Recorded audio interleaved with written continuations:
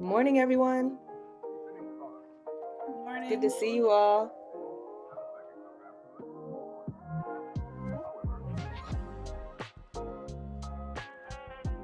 Morning. All right, so as we get started this morning, we dropped some questions in the meeting chat. So check those out. Today we are reflecting on a broader topic of love, and we have Scarlett Lewis joining us, who will be breaking down her interpretation. But we wanted to warm you up with getting your minds thinking about love this morning. And we're also going to be using a tool called Padlet. So for those who are less familiar with Padlet, you can go ahead and scan the QR code that's on the screen right now. I will also drop a link if it's easier for you to grab it from the chat, depending on kind of how you're utilizing your devices. But this is the tool that we're going to be using as kind of a companion throughout the day.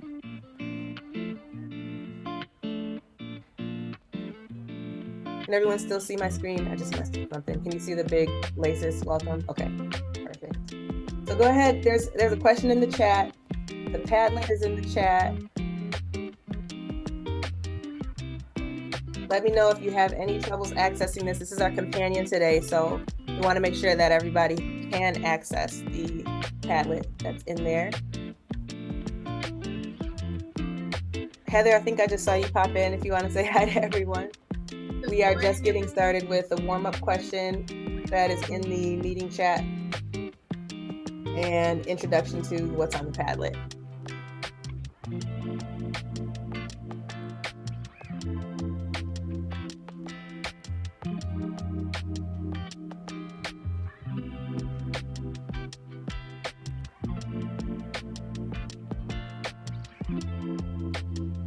And please drop some of your answers.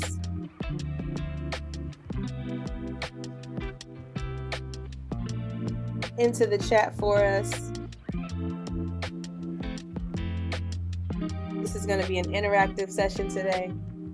I'm hoping everybody's okay with that. If you're not, let me know. But I like calling on people. I like pulling out participants, inviting folks into the conversation. So if that's not your style, definitely just shoot me a little note.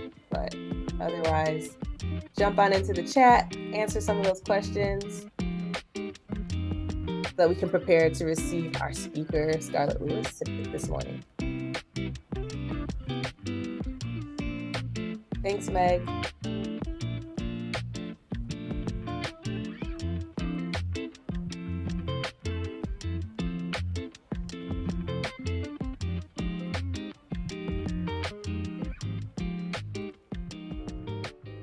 Prisha, I want to make sure I'm pronouncing your name phonetically. Is that correct? Courtney, thank you.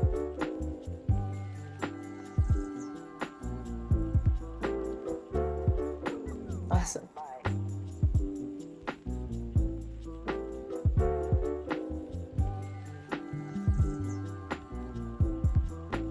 Awesome. We'll wait for a couple more comments, a couple more thoughts. And if you do want to come off of mute and articulate that, I would invite you to.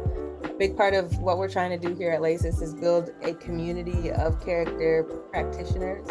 So you all getting to know each other is just as important as kind of the learning that you're getting out of this individually. So I do hope that you're making time to read everybody else's answer and get to know a little bit more about each other. Lean into this. Thank you.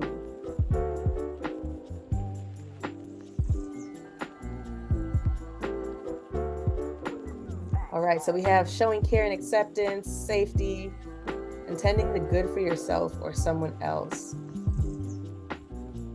connection between shared values and beliefs,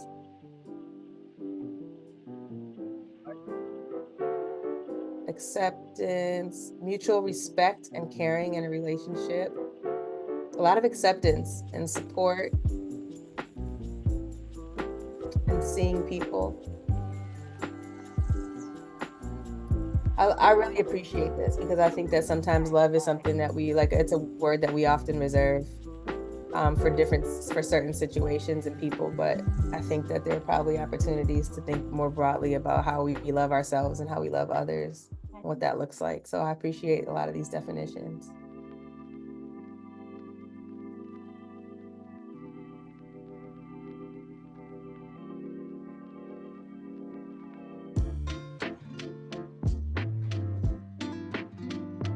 Organic, that's good. Okay. So like naturally occurring. Does anybody want to come off mute and put voice to anything that they're reading or seeing? Don't be shy. Now's not the time to be shy. Y'all are educators, so you got a bunch of people looking at you all day. Anyway, anybody want to put voice to something that they wrote or emphasize something that someone else wrote, something that they agree with? Technical difficulties.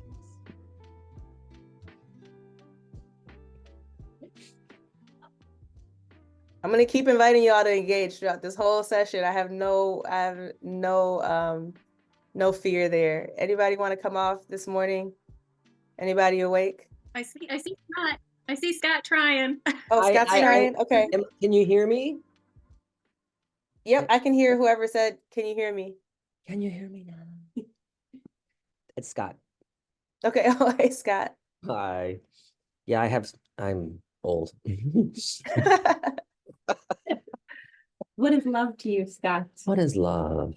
Love is everything. Yeah. Say more, Scott.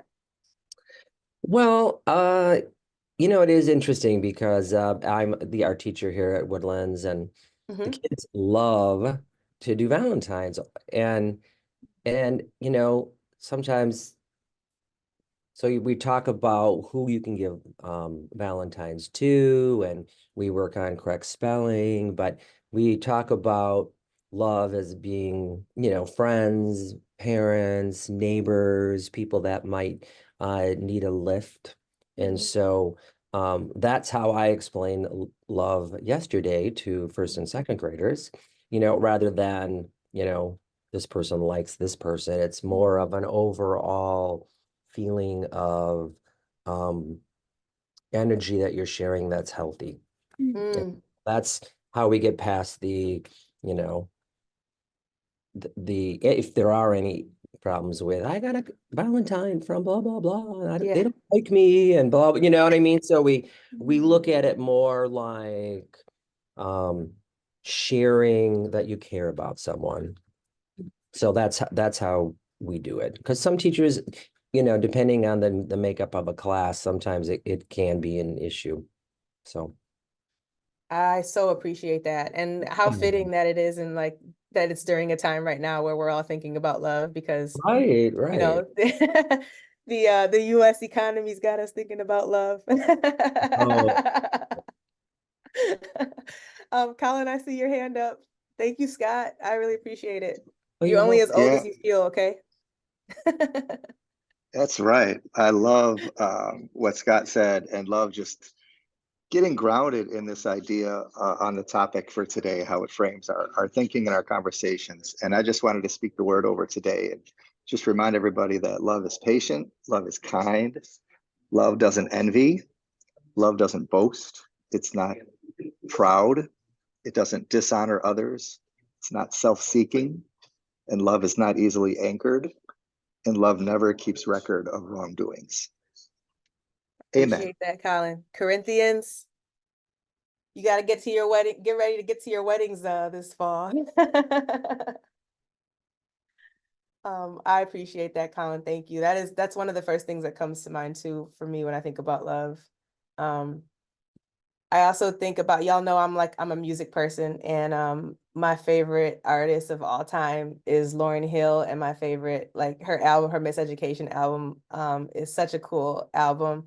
And I love it too, and think it's fitting for this space too, because if you've ever listened to it, the interludes are like the teacher reflecting with their kids throughout the album. So it's like a classroom, and it's about like her education, right? And there's an interlude where they talk about love, and they're like, "What is love?" And it's a bunch of kids like answering that question. So there's a fun. Maybe I'll play some of that in one of our intermissions. But I think it's such a cool album. And it's fun to hear the kids' voices and their reflections with their teacher. You can tell that there's just like love in that room. So Cool. I'm gonna walk us through a couple slides, and then Heather, I'll kick it over to you to maybe like explain the Padlet after I go through some of these slides, if that's cool. Okay, Sounds awesome. good. Awesome. First of all, we see you. Shout out to our participating schools. You all are special because you all are committed to building this community with us. Heather and I are the facilitators today, but that's just about it.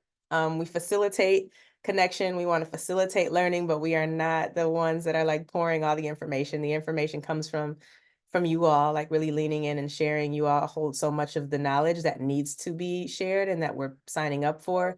So our goal is to just kind of try to create an environment that can pull that out of everybody. So shout out to you all for being here. Shout out to our schools for being participants, and you all for prioritizing this space.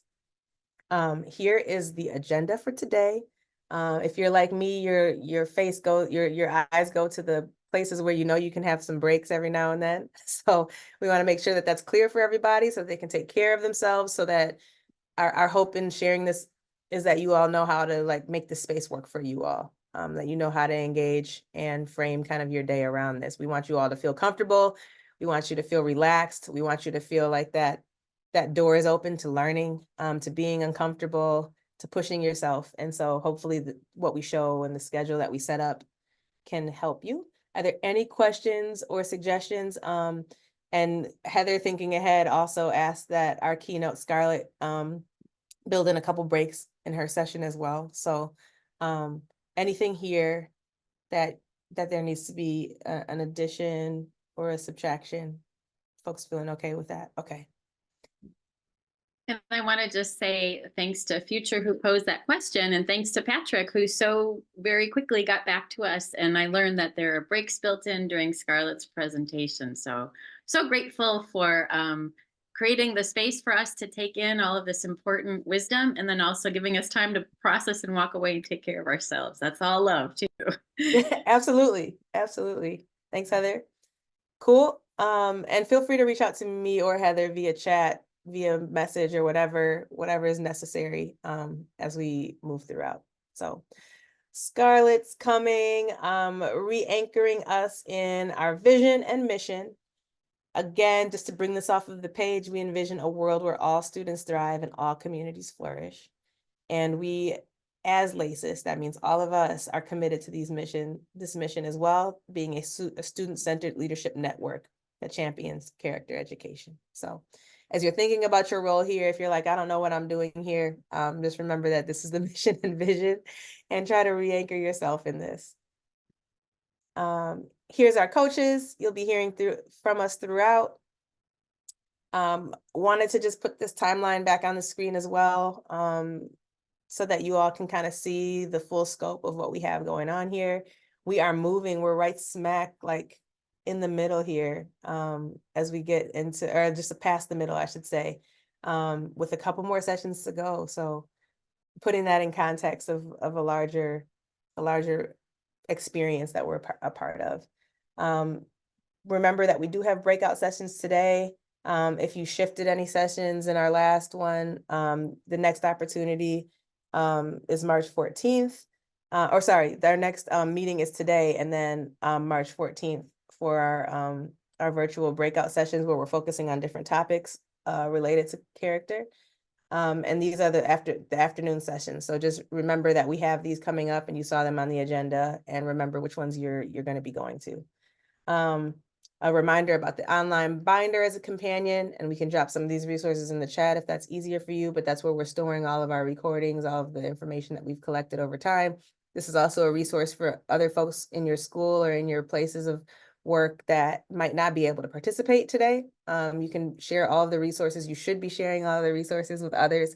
Don't hoard this knowledge. And I think with that, we will take it back to the Padlet. So again, if you're just coming in, the Padlet, you can scan right here, and then I'm gonna kick it over to Heather to walk us through what the beautiful Padlet that she's created to guide our thinking. And I hope that this kind of stretches our mind and engagement as we move throughout. Would you like me to bring it up on this? Thank you, Lauren. Okay. That would be great. Thank you so much. I would be grateful if you brought it up. Thank you, Lauren. Okay.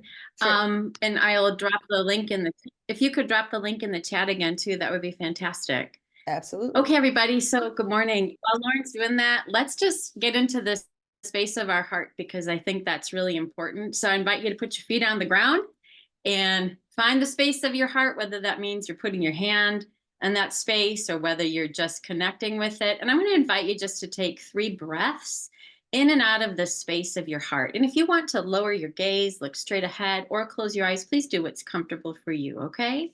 So taking breath in and out, inhaling and exhaling. And this time, I want you to really think about inhaling that beautiful love that connects us all. And think about exhaling that. And as you do, I want you to think about kind of this circle that you're creating for yourself. Really inhaling this beautiful love that exists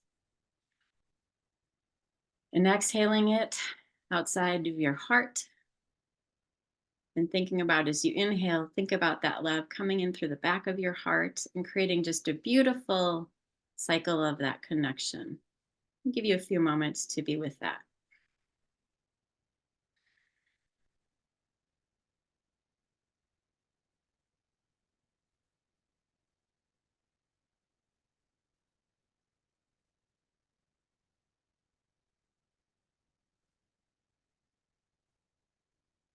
All right, just giving your heart a little rub and bringing your eyes up and taking a look at the Padlet here. So we all have different ways of engaging with learning. And so Lauren and I hope that you will find a way that's beneficial for you. And so in this Padlet, if you take a look at it, you'll notice that I will ask you just to take a moment to yourselves and just really honor the ancestors, right? In your life, in all of our lives, whose wisdom really weaves through us as we walk. And remembering part of love is being in action and honoring this land, honoring those who came before us, and thinking about we all are in different spaces. You're welcome to add a land acknowledgement. And also a labor acknowledgement is part of showing love. And so I'm going to invite you now just to take a moment to read those.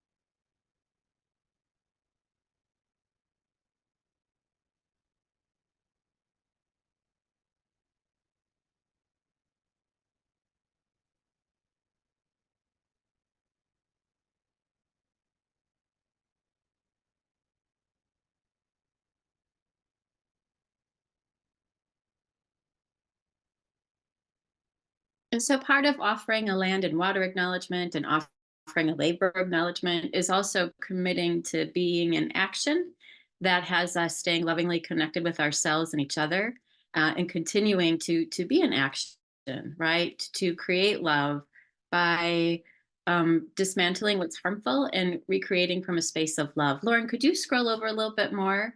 And so Lauren already talked about our agenda, and we have our intentions for today. And our whole intention is for you to connect with your heart, really connect with the message that Scarlett's going to be offering today, and really think about how does love live in action. And Lauren talked about our agreements being that way. And we're hoping that you'll walk away with a practice that will connect with the goals that you have for your session already. And also, this is Black History Month, right? And so there's a few articles that we thought were, a few resources that we thought were beautiful. The first one is an article from the USA Today, and I just appreciate the point that Black History Month isn't a token. This is really about how do we stay in the space of honoring and acknowledging people who have come to do such good work, Black people who have done such good work and continue to do so. And there's a beautiful StoryCorps piece here, and you can listen to stories. And the first family is the Adams, and they're from Milwaukee, and they talk about how they met each other and grew to love each other. So there's different stories about love on this article here with StoryCorps. And then scrolling back over a little bit is about Black Futures, which comes from BLM. Okay, Lauren, keep on going, please. Thank you. Then we have the 11 principles. That's a resource for you all. And these are going to be some questions that we're going to be using to debrief, but I want to draw your attention to the white sticky note. Lauren, if you could scroll over there and click on that, please. So today, while Scarlett's speaking, we're going to invite you to engage in some collective note-taking. So when Lauren and I were talking, we were talking about how, and Lauren had said, it's kind of cool to be taking notes together. And so, yeah, she should open up another tab. There it is. Yay. Woo. So there's some directions there. If this is not your jam, it's okay. But we're going to invite you to do this. So essentially, you're going to see the 11 principles listed here. And we know that in your schools, you're working with principles. And so while you're listening to Scarlett today, you have an opportunity or the option. If you scroll up to the top, there's a one that says just notes. If you're somebody who likes to type while someone's talking, you can click on the plus sign right next to the title, right? And just write your school in the top, right? So if you go to that notes section, you'll see a plus right next to it. If you just click on that plus, and then you'll see what Lauren, could you click on one of the pluses right next to one of the titles, please? There you go. And you see what pops up. So you can write your name, and then underneath you can write your notes underneath those beautiful color tiles. And then when you're done, thank you. And then you hit submit. Thanks, Lauren.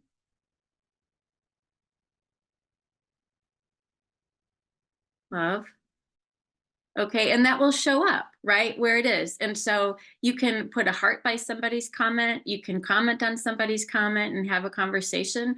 Our intention is just to create a space where we are all learning together and really benefiting from what others see, because we only see what we see. So this gives us a chance to see what others see. If you would rather use a pencil and a paper, you're welcome to do that too. I think you should. I like that, Lauren. You should like your own comment. That's awesome. Okay. And so this will give us a chance. We're going to use this later, but if you want to write something on paper and fill this in later, it's up to you. If you just want to make some general notes, feel free to do that. This is just a cool opportunity here. Okay. All right. Well, I think I want to take some time now, Lauren, if you would stop sharing. Does anyone have any questions about that? It's nice to see you, people's faces. Hi. Okay. What I recommend if you're going to work with the Padlet, everybody, I know some of us have worked with this before and others may have not. It might be helpful to just minimize, like have the two screens together, have the Padlet in one place and the Zoom in another. So you decide what you prefer. But I really want to take a moment now and honor Scarlett, who's with us today, and tell you a little bit about Scarlett. Okay.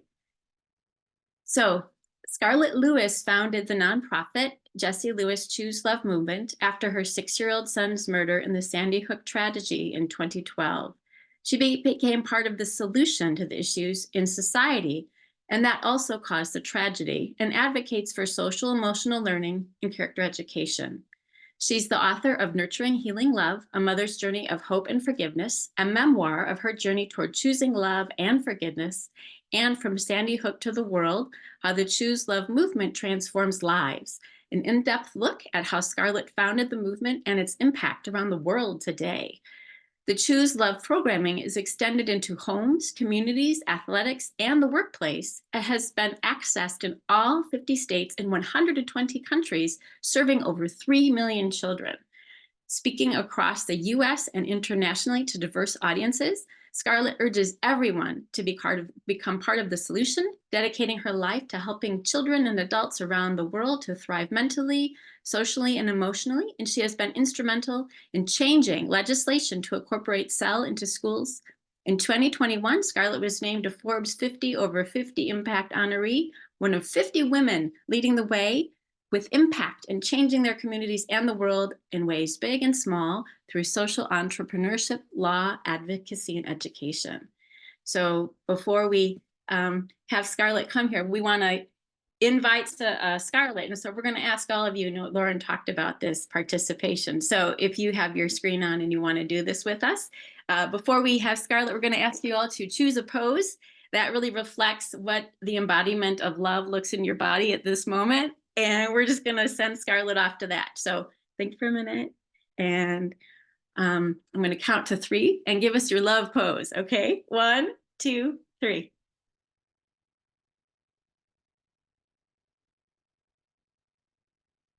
Feel free to take a moment and scroll and look at all these people. Yay. Okay. So Scarlett, we welcome you and we hope that you feel the love that we're bringing to the space as you begin. Thank you for being with us today. Absolutely. I feel the love. What a great way to start this day. And I am so honored to be with you all here today. I'm going to share a little bit of my story because stories are interesting and they're also how we've learned through the millennia. But more so, I'm going to focus on what I have learned from my story. When you think about how we're shaped and molded as human beings, a lot of times, unfortunately, it is through pain. Pain gets us out of our comfort zone and into our growth zone. And if we can overcome the fear, if we have the courage to face the fear and not resist and avoid or maybe numb ourselves, but really get curious about how the experience can help us grow and help us to help other people.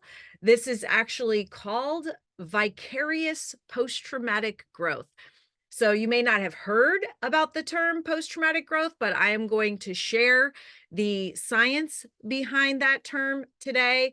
And I'm going to give you the gift of knowing what I know now, having gone through a really tough experience without you hopefully ever having to experience something like that, but you receiving the benefit anyway. So thank you so much. It's so great to be here. And I just want to start off by saying that educators are our modern day superheroes. And if you've heard me speak before, you know that I say this when I'm talking to educators, and I truly believe this. You all know this. I just got through with doing a teacher schedule in Florida, speaking to classes all day long.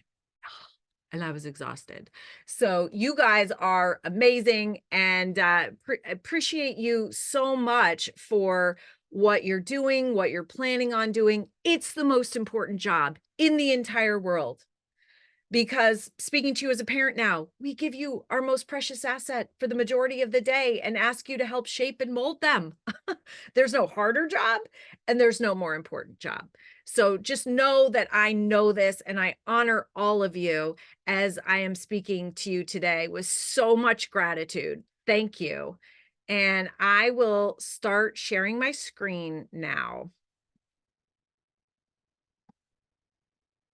So today I am here. And by the way, I just want to say before I start that we're going to have a couple of brain breaks. Really important that we get up and move around and get the BDNF in our brain flowing, feel better, not get, sitting is the new smoking. So hopefully you have standing desks. But if not, and I'm sitting right now, I'll admit to you, you will have some time to have brain breaks throughout this presentation. I'm going to speak to you. My presentation will last roughly an hour and a half, probably not that long. And then we're going to have plenty of time for Q&A at the end. So keep those questions in your head, and you can ask me anything. And I'm really excited for them at the end of this. So I'm here today because of my 6-year-old son. Jesse McCord Lewis was murdered in the Sandy Hook school shooting. And as I said before, you learn a lot when you go through tragedy. He directed me in creating the Choose Love movement by a message that he left on our kitchen chalkboard shortly before he died that I found afterwards. This is literally a spray painted side of my oven, and about 6-year-old height, he wrote 3 words: nurturing, healing, love. And I was floored, because I realized that this was the solution, that lack of this was the root cause of the suffering that led to what happened at Sandy Hook, but so much more of the dis-eases that are escalating in our world today, not just violence, but substance abuse, mental illness, and more. And so I set out to enhance nurturing healing love in schools, homes, and communities across the world. Here is a close-up view of Jesse's message. Yes, it is phonetically spelled, but I want you all to remember that Jesse was in first grade and just learning to write. And no, I did not walk around saying nurturing, healing, love. And he wasn't studying that in school. I believe that this was a spiritual awareness that he had, that he realized he didn't have much longer, but he wanted to leave a message of comfort for his family and friends, but also inspiration for the world. It's where we needed to turn to not only survive, but also thrive. And I will tell you that in the last 11 years of traveling, working in schools, homes, and communities around the world, this is a universal language and so beautiful. This message actually translates into a powerful and profound formula that can help you take your personal power back in any situation, circumstance, or interaction you will ever face. And we are going to go into this formula towards the end of my presentation. You are going to have it as a skill and tool in your belt. It's simple. Simple isn't always easy, as in taking these lessons into your life. But this is the way to live your best life, because of what's happening in it, not despite. Now, here's the interesting thing. We are so similar as human beings, with all the focuses on our differences. And of course, our differences are what make the world interesting and the world go round and lead to our wisdom. But genetically, as human beings, we are more similar than different. In fact, we're 99.9% the same. This means that we have the same basic wants and needs. And one of those is love. And when I say love, I'm talking about connection and belonging. And the interesting thing is, this starts prenatally and it goes on through life, all the way, obviously, to the end of our life. And you know what the kids struggle with, sometimes we struggle with as well. And that is that sense of connection and belonging. It is something that takes constant practice, and by the way, requires essential life skills that we're going to talk about today. I had a huge choice to make. After Jesse's murder, I had so many different organizations that were already up and running, wanting to use my voice for their benefit. And of course, they're part of the solution in some way or another. But I thought, you know, I had to really think about this, because first of all, I had a 12-year-old son, Jesse's older brother. I was a single parent, and I was the person, I was the role model that he was looking to see how to move through this. And I thought about whether I wanted to be part of an anti-movement, whether I wanted to be against something, or going back to Jesse's message, did I want to spend the rest of my life being for something, for the most powerful energy in the universe, for love? And of course, you all know what I chose. You know, I realized then we have one life. And by the way, we all just have one life, and we're living it right now. I had this experience early on that I call my couch moment. I had a mom come in who had lost a child to violence. I had never met anybody that had lost a child to violence. So she was 20 years out. Her tragedy had happened 20 years prior. And she started telling me what life was going to be like, what her life was like. And I have to tell you, First, I was so appreciative that she came in to share her story, and I realized that I would live through the pain. The pain of losing a child was so tremendous that I wondered if I would live or if I would just dissolve. I remember looking at my hand and being amazed that I had veins that were still pumping blood and that I was a solid human being. That's how bad the pain was. But about 5 minutes into her talk, I lifted my hand and I said, "Thank you so much. Thank you for coming in. I so appreciate you coming to share your story. I know that I'm going to make it now, but that is your story. That is not going to be my story." And you know what? I realized in the moment there was no roadmap for where I was. No one was going to be able to come in, take me by the hand, and lead me to where I wanted to be. And where I wanted to be was with joy, awe, and wonder. Even in the darkest moments of my life, I knew that our philosophy as a family, and I was a single mom of 2 boys, our philosophy had been having a lot of fun and experiencing those micro moments of joy multiple times a day. That's what I wanted to do again. I did not want to live my life fighting against things and thinking about anger and revenge.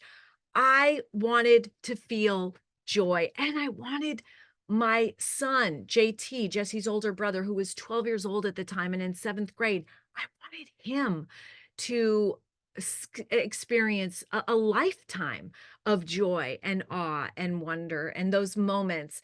And so I realized, and it was almost a little exciting, even a few days into the worst tragedy of our lives, it was a little exciting because I realized in that moment that it was my choice, that the choices and decisions that I made today would be how my roadmap of life unfolded and that I was in control. And this was a really pivotal time for me because I knew what I wanted and I knew what I didn't want. And I knew that the difference was based on what I chose to do. So I'm here to tell you that even though we look around in our world and we see a lot of chaos, that there is hope and there are solutions, and we're going to talk about them today. I have a 4-minute intro video that I'm going to play for you, and then I will be back.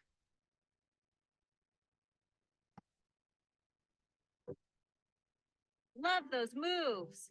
Awesome, Jess. It is August 24th, 2012. And Jess has brand new soccer shoes.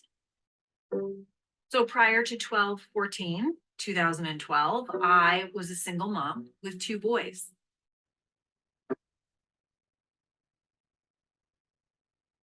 It was kind of an unremarkable life. It was such a great life. You know, I just wanted to be a mom and I just wanted to be with my kids. Run the ball up to me. One day, you're a mom with 2 boys, 1 boy riding in a car seat in the back seat. So one morning I'm holding hands with my 6-year-old in his car seat. And the next thing that I know, there is no 6-year-old. He's been murdered.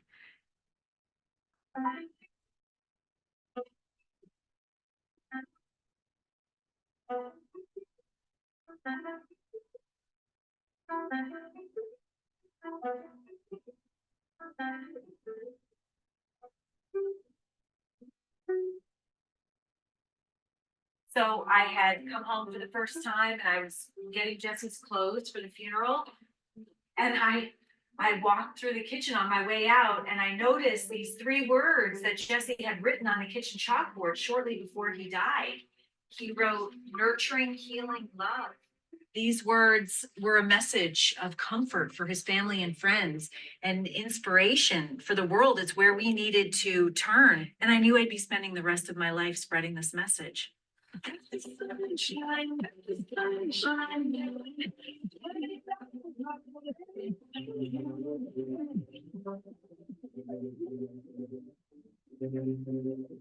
I believe that Jesse is a part of this organization. I actually believe that he's leading it. And all I have to do is just be present.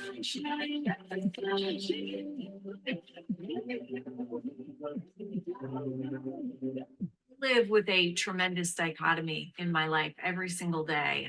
It's never out of my mind why I am leading a worldwide movement to choose love.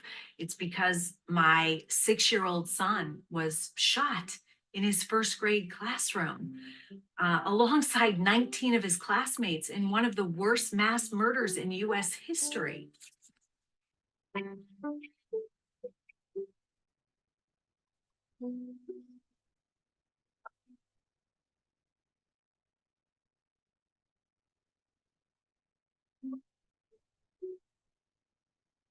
I feel like I meet Jesse a lot in schools. I'll look into a child's eyes and I'll see Jesse looking back at me. And how blessed am I? And how grateful I am that my purpose is spreading a message of choosing love, and given to me by my 6-year-old son.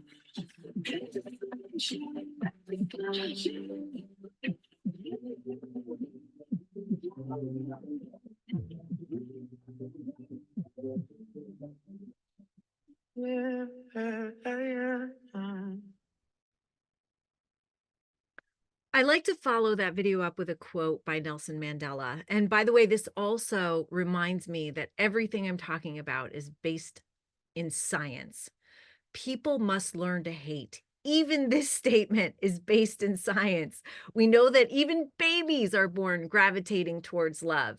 People must learn to hate. And if they can learn to hate, they can be taught to love. For love comes more naturally to the human heart than its opposite. I'll give you a little history of the Choose Love movement, and it started early on. It actually started, I say, at Jesse's funeral when I got up and I spoke. And I said, it was an angry thought that caused the tragedy, because everything starts with a thought in our head. And I pictured young Adam Lanza having an angry thought without the skills, tools, or nurturing environment to manage that thought. That thought, along with several other painful events, led to the attack. And the amazing thing to me is that a thought can be changed.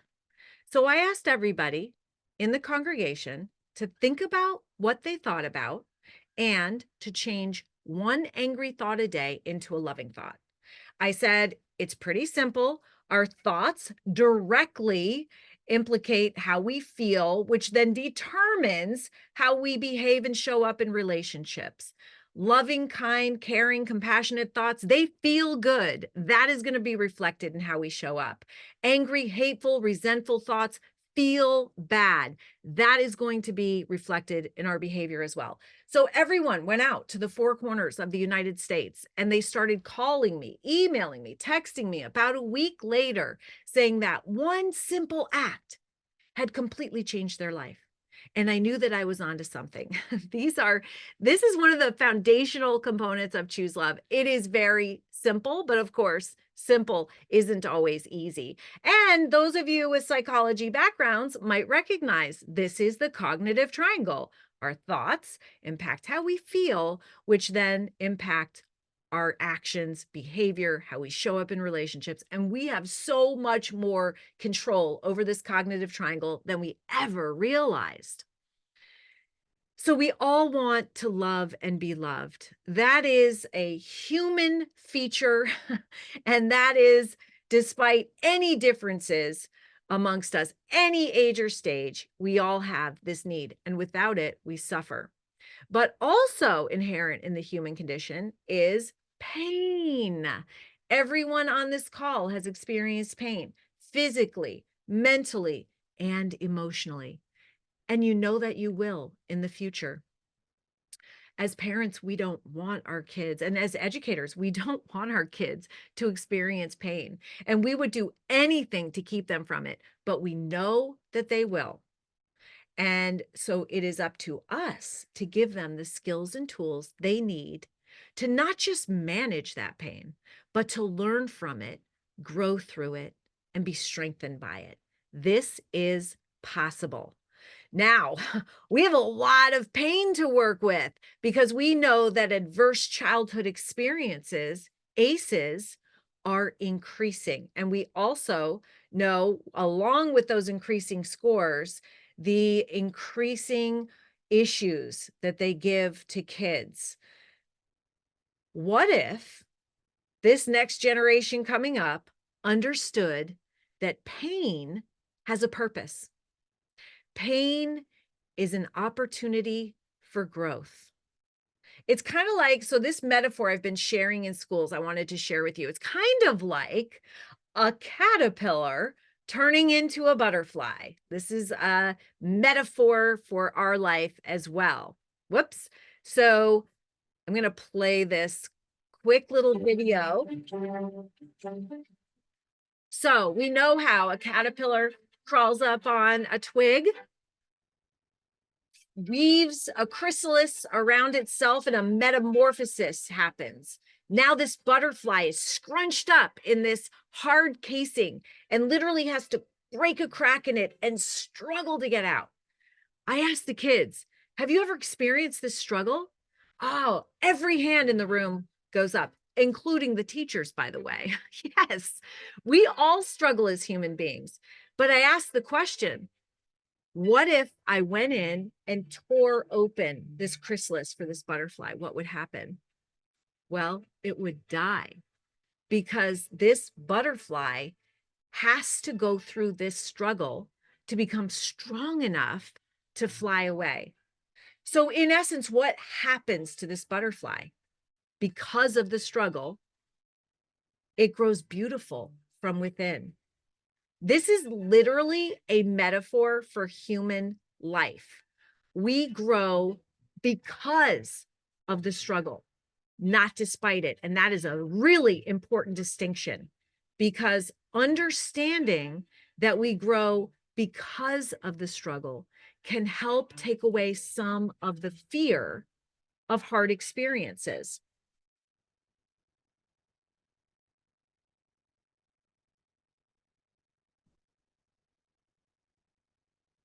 So I am going to have a brain break. I want everybody to take a 5-minute brain break, and we will come back and pick up right where we left off, all you beautiful butterflies. It is 10:21. Let's meet back here at 10:26. Time to come back. Hope you guys moved around. Movement is so good for our brains. It literally is providing us a brain break. Now you can come back.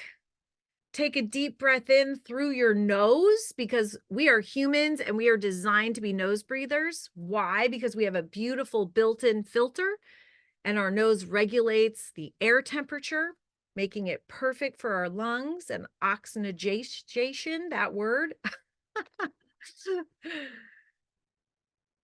Okay, excellent. Thank you.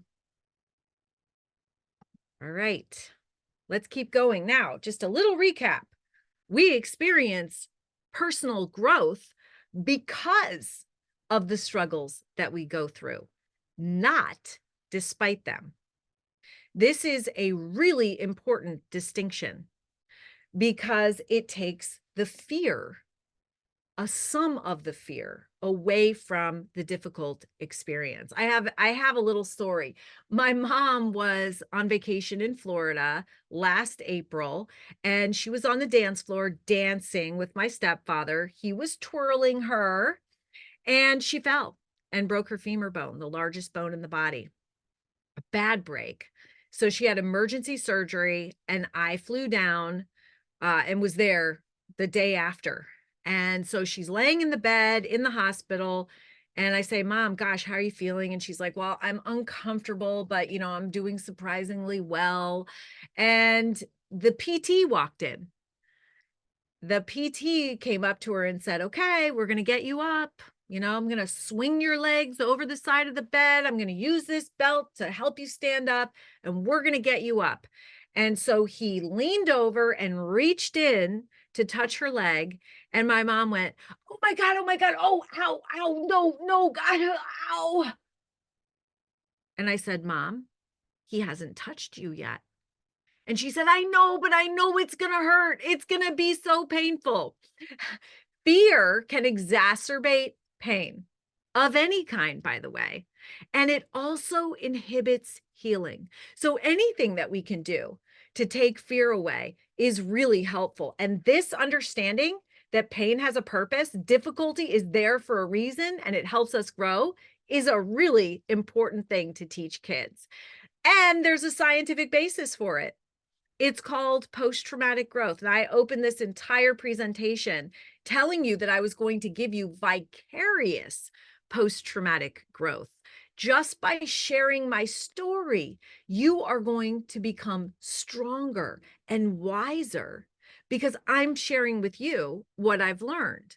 That is post-traumatic growth. Post-traumatic growth is growing through difficulty. And by the way, we are designed as human beings to do just this. Our body begins healing immediately from difficulty. You know, what happens when you scratch your hand, or even when you scratch it and it bleeds? It starts to heal right away. And then even if a scar forms, what happens with that scar? That scar tissue is tougher than the skin around it. That's what happens through difficulty, pain, roadblocks, challenges. We are designed to grow through them, but we do need this awareness that we can and a few skills and tools. Here's 6 factors leading up to post-traumatic growth. Well, just the awareness. I remember being, as a parent, coming back to Sandy Hook that day to be reunited, hopefully, with our kids. We were supposed to meet at the firehouse, but instead, of course, there was a long list of missing. And I remember my thoughts. My thoughts, of course, we go to worst case scenario. And I thought, wow, if Jesse doesn't come back, I'm definitely going to be experiencing PTSD because that's all I knew, PTSD. And that's what everyone knows about. PTSD. Why do we all know about PTSD? Well, because of our negative bias, and we're going to get into that in a moment. But that was my thought. Oh my gosh, I'm going to experience such horrible PTSD, and I probably will be institutionalized, was my thought. And who's going to take care of my son? Because I was a single mom. Awareness of the possibility of growth can change the thought process from the moment pain occurs. I could have thought, oh my gosh, I've heard of post-traumatic growth, but how in the world am I going to be able to grow from this experience? But you see the difference in thinking right away, from a more fearful stance to a more growth-oriented stance. A perception of control, a perception that we can do actions that will make our future better. We're going to talk about locus of control. This formula that I'm going to provide you is neuroscientifically designed to give you a perception of control, a strong sense of self. So we're talking about self-esteem, self-confidence.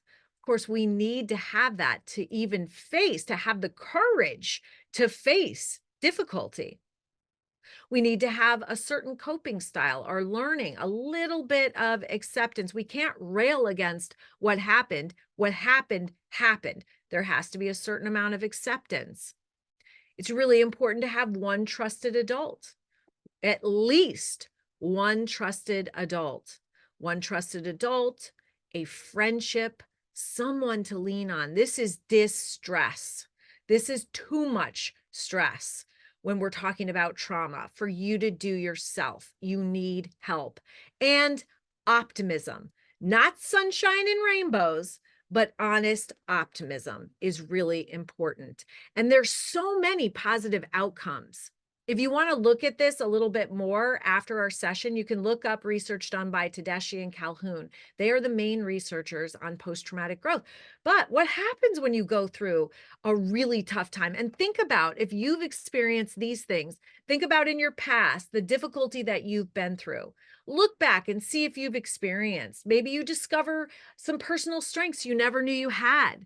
Maybe you enhanced relationships, or maybe even weeded out weak ones.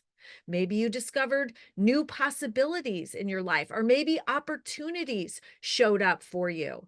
You might have had a new appreciation for your life or certain things in your life. Maybe you deepened your spirituality, and there are so many more benefits. I've experienced all of these, and anyone can experience them.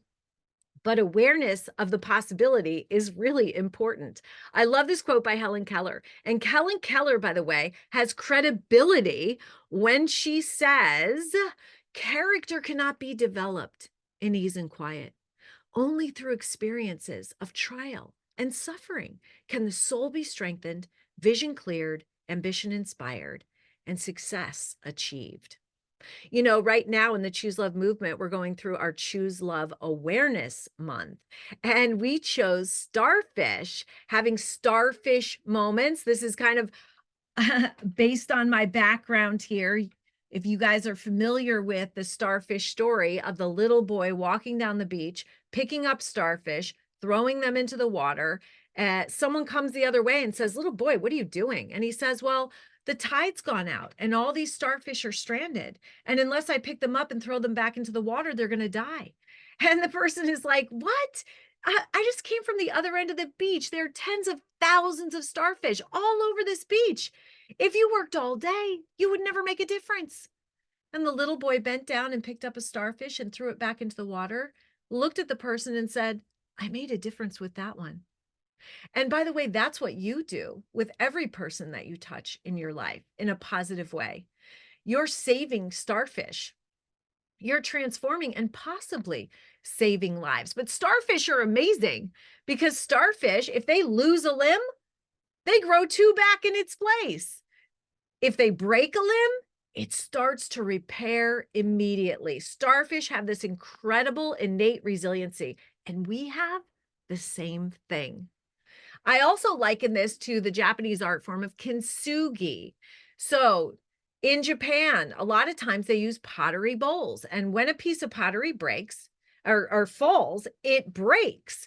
And instead of throwing it away, they sometimes fix this broken pottery with golden joinery. And then they consider this now fixed pot more valuable than before it was broken and more beautiful. And I liken that to our hearts, because everybody on here has had their heart broken. Maybe you've had your heart cracked.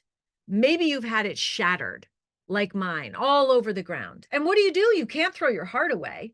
You drop to your knees, you pick up the pieces as best you can, you put your heart together, and then this fixed heart, this is much more valuable than the last heart.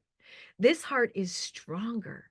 This heart has more wisdom. This heart is more capable to face the next difficulty that you are definitely going to face in life with more strength and grace.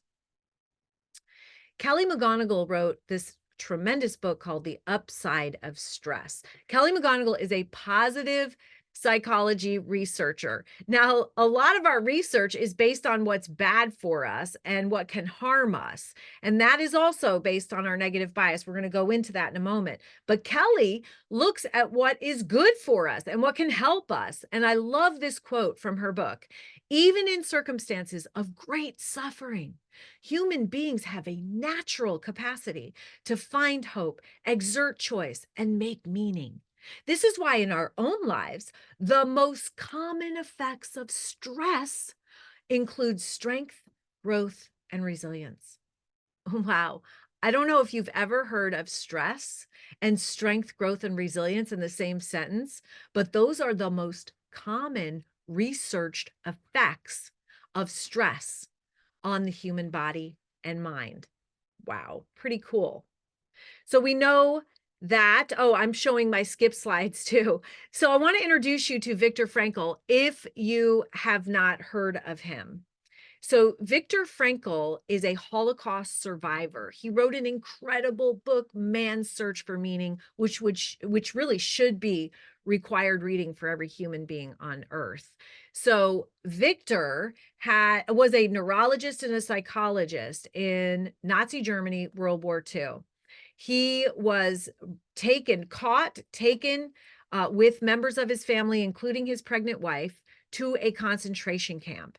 When they got off the cattle car, the members of his family, all of them, were immediately taken and gassed, murdered. Viktor's life he was kept alive because the Nazis thought that they would use his degrees in some way.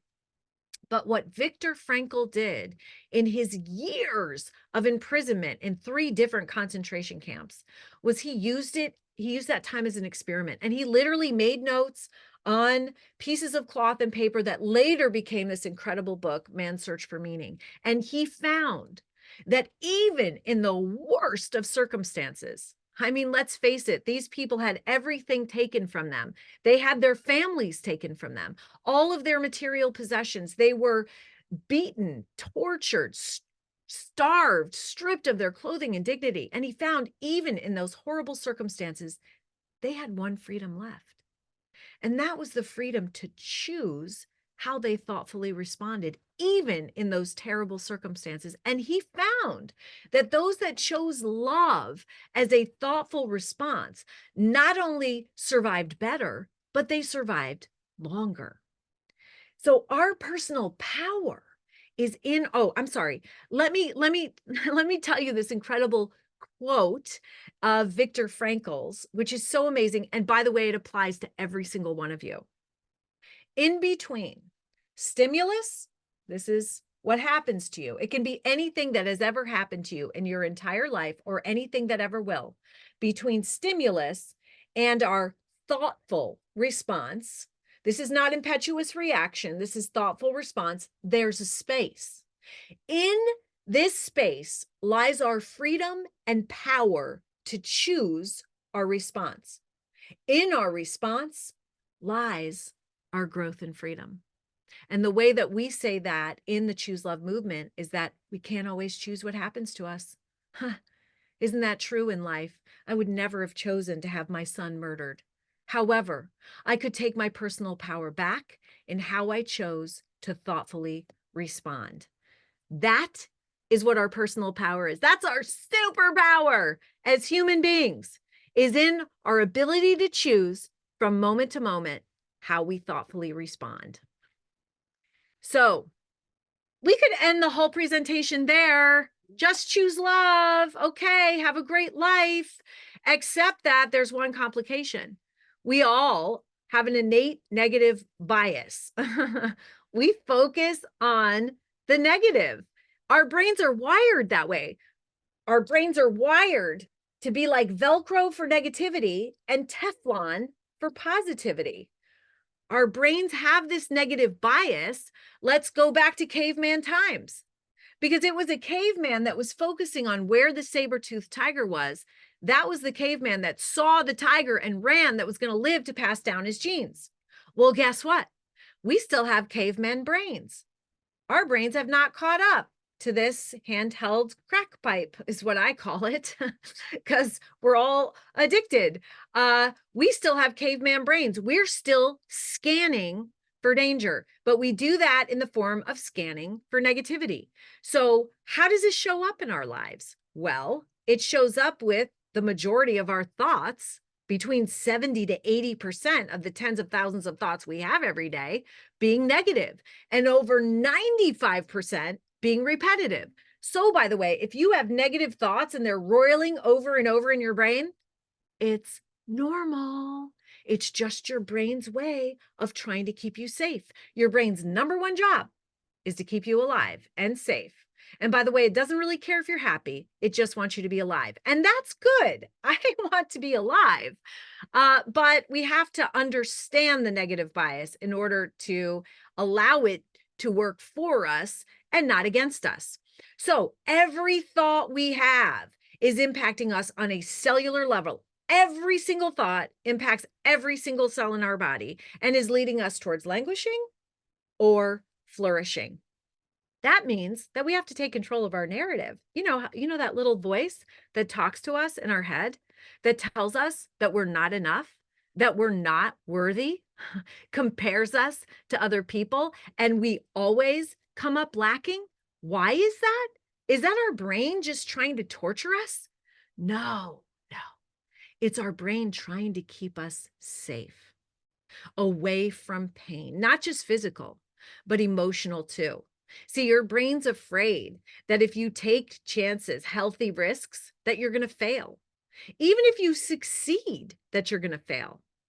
What you need to do is start being aware of your negative bias, how it works within yourself, and talking back to it. Thank you, brain. Oh gosh, thank you. I know what you're trying to do. You're trying to keep me safe. Thank you, but I got this anyway. Here's the problem with that, though. 85% of Americans lack self-esteem.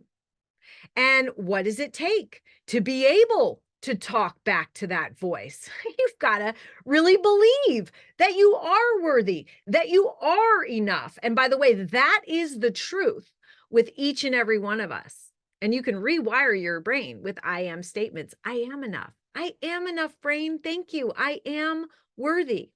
Even Marcus Aurelius said, our thoughts, our life is what our thoughts make it. You know this saying, our thoughts become your words become your behavior becomes your habits become your values become your destiny.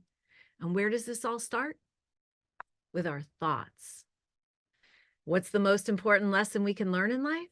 To love ourselves enough to pause, to think about what we're thinking about, going back to the beginning of the Choose Love movement at Jesse's funeral, and to choose loving thoughts over angry thoughts, over comparative thoughts, over negative thoughts that we have about ourselves, over questioning thoughts. Those are just our brain's way of trying to keep us safe. Here is an example. Now, this is an unscientific study, I realize, but it is true anyway and very powerful. And by the way, has been replicated many times. IKEA, the big furniture store, did an experiment in a middle school. They took 2 corn plants. And by the way, these were in controlled environments, and they put them on the opposite end of a middle school hallway. They told the middle schoolers in between classes for the next 8 weeks, you are going to walk by these plants and you're going to bully this plant and you're going to love on this plant. So there is a video online and it's really cute. You see these kids walking over this plant and they go, I hate you, corn plant. You're so disgusting. You're an ugly color of green and nobody wants you here. And then they walk by the other corn plant and they say, oh, corn plant, you're so beautiful. You produce oxygen. We love you and everyone wants you here. Well, 8 weeks later, they pulled these plants together and look at the power of our words. The plant on the left was bullied. This plant is yellowing and dying. The plant on the right was loved, and it's twice the size. Our thoughts that become our words are incredibly powerful. I took this little video on a walk with my older son recently. We went on a little hike and we passed this snake. Whoops. And let me play this for you.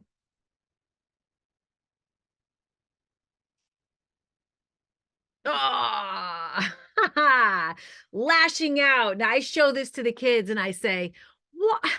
My son and I were just walking on this pathway and we didn't mean the snake any harm. Why would he have lashed out at us? And they said, maybe he was scared. And I said, exactly. Why else? Maybe he was angry. Oh, absolutely. Well, wait a minute. Why don't we just lash out at each other when we see each other as humans? That is because we have this oh my God. Hang on for a second. Sorry. I am going to have to reshare my screen. So sorry about this. Was trying to navigate and I closed out of this. Okay, here we go. I'm going to share my screen again. Sorry.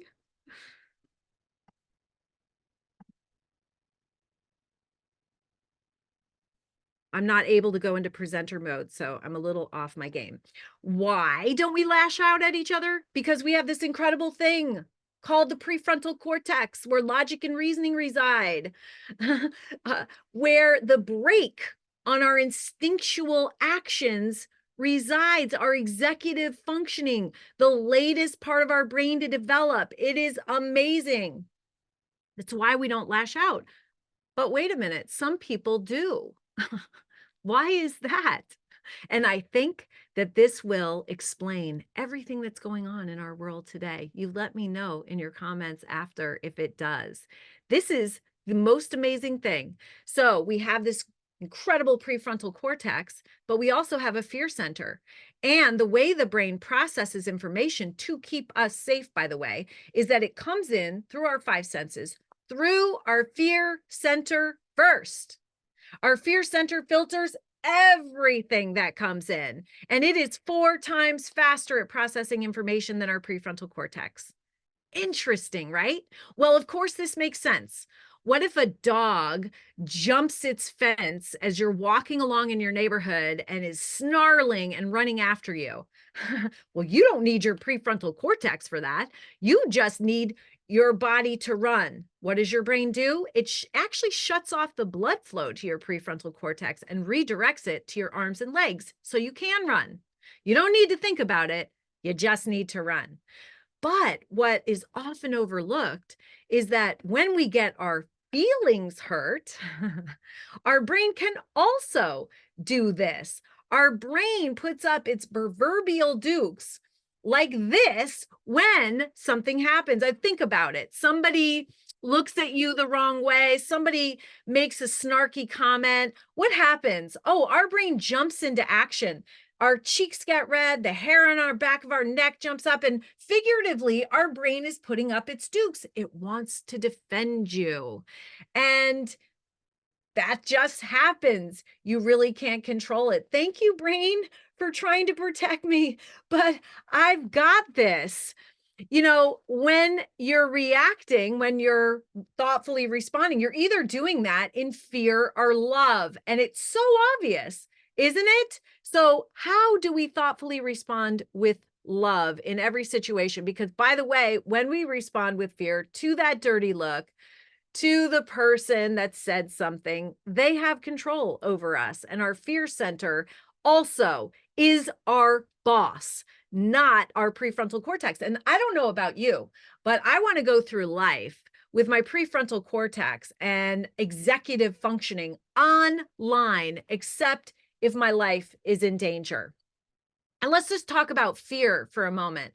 There is an acronym for fear: false evidence appearing real. Why is this? Because research shows 91.4%, don't ask me how they came up with that, but of what we worry about every day never happens. The other 8.6 we can handle. How do I know that? Because we're all here. And a lot of us are going through struggles right now. Yet we got up and we're sitting in our seats and we're paying attention and present. I love this quote by Mark Twain. I've spent most of my time worrying about things that have never happened. Worrying is not an action. In fact, it is action that alleviates concern and dissipates worries. Take more actions when you feel that worry is creeping in to steal your time. It need not be a huge action. Any action in the direction you want to go will do. And we're going to come back to that. I heard that there was love in action. Love is in action right now. And this action component is really important. See, because your response is a reflection of how you feel. Now let's just think about it. Hurt people hurt people. We know that, right? Healed people heal people. It's a reflection of how you feel, because how you feel comes out in your behavior, your character, and your level of social emotional development. And by the way, it's always a choice in every interaction. I ask the kids, well, what if somebody's being mean to you? Is it still a choice how you respond? Yes, they know it's still a choice, but don't we often forget that? Yeah, we do. Okay, let's take another brain break. It is 10 Okay. Time to refocus. Take a nice deep breath through your nose. Breathing in. I have a little bit of a stuffy nose. Holding it. Breathing out. Focusing our attention. You know, you can't be in your body and your mind at the same time. So if you focus on your breath, even focusing on your hand, gets you out of your head, gets you into the present moment, where life is happening, where wisdom is being gained right here, right now. So welcome back. So why is it so hard to make the right choices? If everything's a choice in interactions and circumstances, and we have difficulties, but we can choose how we respond, why is it so hard?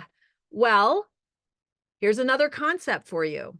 It's called locus. Locus is Latin for location of your control, your perception of control, your personal power. Where is it? It's one of two places. It's either inside you or it's outside you. Now, remember, the formula is neuroscientifically designed to bring this locus of control back inside you. Because when your personal power is outside of you, you can tell because you blame people for where you are now. You finger fault, finger point, fault find. You blame other people.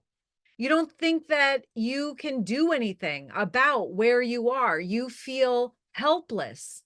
You feel victimized.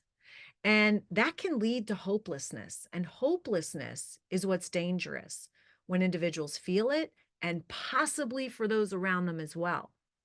Now, we can return our location of our personal power back inside of us, where we make things happen. We are in control. And this is a really important concept, because when we have the locus of control, we believe that we can take positive actions, love in action, that can make our future better and brighter. That is the definition of hope.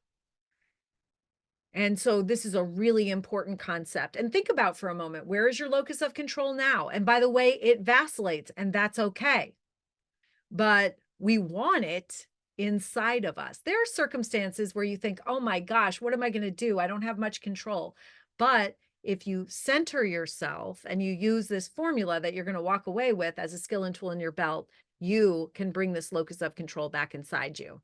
So how do we do this? How do we choose love as a thoughtful response rather than fear, anger, hatred, resentment? How do we choose love? How do we feel good? That's the bottom line. And I love talking about this because I'm talking about feeling better. How do we do that? So we have the choice moment. Now, on the right, you see the formula for choosing love: courage, gratitude, forgiveness, compassion, and action. We're going to talk about this. Now, when something happens in our life, we have two choices. That's it, on how we react or respond. We can react. And when we react, just kind of off the cuff without thoughtful response, we are reacting from memory or habit. And those don't always serve us. Our brain is wired to react, but our reactions don't always serve us. First of all, we can react from memory. Remember, our brain's processing information and the fear center is processing it first. So we can react from memories from our childhood in a negative way, and those memories might not even be accurate. We might not even remember them. Or in every situation, we can thoughtfully respond with love. And we call it making a heroic choice because our brain is wired to make quick responses. It wants to conserve its brain power. And by the way, we are rewarded when we react with a hit of dopamine, a quick hit of dopamine. And dopamine is your body's analgesic. It makes us feel good, but it's just a short hit and it always leaves us wanting more. But you know dopamine. Dopamine is what we get when we scroll on our phones, right? And so we can, and it's also what we get when we gamble or maybe when we have a drink, or maybe even do drugs, we get dopamine. It's very addictive. Or we can thoughtfully respond with love. And we call it making heroic choices because it literally is, because our brain is wired to react. Now, how do we do this? By getting in the choice moment. The choice moment is where we pause, take a breath in between what's happening in our response. Now, by the way, that takes courage right off the bat, does it not? When somebody says something to you or gives you a dirty look, to pause instead of reacting and getting curious. This is the choice moment, is where we pause and get curious. Why? Why would that other person do that? Why would they say something like that to me? Why would they do that? Why would they give me that look? And by the way, if it's negative, it's almost always coming from a point of pain.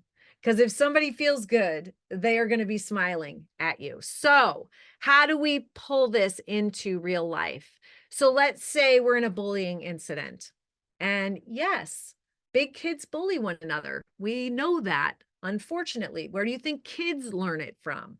So we have a situation and something's happened, this stimulus that's not good.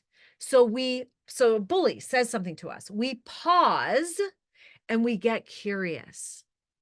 Why would that person do that? What point of pain can they be coming from? And by the way, we may not know. We may know. We may not know. But we can forgive. Remember that formula for choosing love. And then we can even thoughtfully respond with compassion. Hey, what's going on? Is everything okay? And we might get a story that might further our compassion. We might be able to have an opportunity to help, and we can therefore enhance the relationship. Instead of reacting and escalating issues, we can de-escalate and even have a relationship or a connection out of it. So with this, we also get another gift. We get a dose as an acronym of nurturing, healing, love. Remember, when you react, you get a hit, a quick hit of dopamine, but we can get a lasting lift of these happiness quartet, what they're called, neurochemicals, dopamine. So we get dopamine. We get oxytocin, which is the love hormone. We get serotonin, which is our body's natural mood stabilizer. And we get endorphins, which is the body's natural painkillers. Ooh, the happiness quartet, a lasting lift of feeling good when we thoughtfully respond. Now, we know that all the research that has come back since Columbine, that happened over 20 years ago, talks about the need for connection and a sense of connection at home and at school. It is so important. All kids, and big kids, by the way, want to be safe, seen, and celebrated. Now, I've even, I do a lot of work in prisons. And by the way, I've never, ever met anyone, and I've met people that have done the most atrocious things. I've never met anybody who has intentionally hurt another human being on purpose that has not been coming from a point of pain. And if I had to boil it down, and I've even talked to school shooters multiple times, multiple school shooters, if I had to boil it all down to one word, I would say it's this seen piece. These kids did not feel seen. And as human beings, we must be validated. It is so important. I just traveled back from Florida on Sunday, and I'm in the airport, and everyone is on their devices. Everyone. And I thought, wow, I wonder what we would be doing if we didn't have screens. Well, we'd be talking to one another. We'd be greeting one another. We'd be learning from one another. We'd be making connections, and maybe friendships would spring from this. Instead, everybody's on their phone. That is not connection. It's a false sense of connection. We are designed as human beings to look into each other's eyes. We're designed we have mirror neurons. I mean, this is how we react and respond to one another. I'll bring a kid, I'll ask for a volunteer, and I'll bring him up on stage. And you know what? The first time I did this, I was blown away. And I said, let me do an experiment with you. Okay. So I put him on the middle of the stage and I said, I'm just going to greet you like we greet each other. Okay. Oh, so, okay. So I walked by her and I go, hey, how you doing? And I just walked by. And so I turned around. I mean, that's how we greet one another, right? Hey, how you doing? And I turned around. I had a mic, was presenting, and I said, how did that make you feel? And this little girl, she was in elementary school. She said, fine. And I said, no, can you think about it for a moment or two and then share with the group? I put her right on the spot, how that made you feel. So she thought about it and she said, well, it made me feel like you didn't really care if you saw me or not. And it made me feel sad inside. What? I was shocked. I thought that's not what I expected. So I said, oh my goodness, can I have a do-over? She said, yes. And I said, what's your name? She said, Erin. I said, okay, I'm going to do that over, Erin. So I walked away and I approached her again and I stopped and I bent down a little bit and I put my hand on her shoulder and I looked her in the eyes and I said, hey, Erin, how are you doing today? She said, fine. And I said, how are you really doing? And she said, I'm okay. And I said, I'm so glad to hear that. I asked her an open-ended question. And then I said, you know what? I will see you later, okay? Make it a great day. And she said, okay. And I walked by, turned around, said, how did that make you feel? And she said, loved. It is so important. We have so much power to help other people feel seen. You know, I spoke with Aaron Stark, who has a viral TED Talk called I Was Almost a School Shooter. Now he works with law enforcement all over the country. And in my podcast with him, he had this incredible quote. And he said, I had said at the end of the podcast, oh my gosh, sometimes it just overwhelms me, the systems and processes that have to change to turn this all around. And he said, no, Scarlett, you're all wrong. He said it has nothing to do with systems and processes. It has everything to do with our ability to give love to those we feel deserve it the least. Wow, that's some pretty amazing stuff. I love this quote by Elizabeth Kubler-Ross, who, by the way, was the founder of grief therapy. There are only two emotions, love and fear. Of course, we know there are 2,000 labels, but she's saying there are only two emotions, love and fear. All positive emotions come from love, all negative emotions from fear. From love flows happiness, contentment, peace, and joy. From fear comes anger, hate, anxiety, and guilt. It's true that there are only two primary emotions, love and fear, but it's more accurate to say that there is only love or fear, for we cannot feel these two emotions together at exactly the same time. They're opposites. If we're in fear, we are not in a place of love. When we're in a place of love, we cannot be in a place of fear. Incredible. Let's talk just really quickly about school safety. I love this quote by Desmond Tutu. We need to stop just pulling people out of the river. We need to go upstream and find out why they're falling in the first place. Now, this is the pathway to violence based on the Department of Homeland Security. I don't know if you've ever seen this, but I took a look at this early on. It starts with a grievance and it ends in an attack. Now, where do we focus as a society with our negative bias? Oh, we focus on the problems. Let's see. 70s, war on drugs. Where has that gotten us? Let's see. Our focus on mental health issues. Where has that gotten us? Wow, this pathway to violence. What have we focused on? The attack end. What has that gotten us? Always a step behind.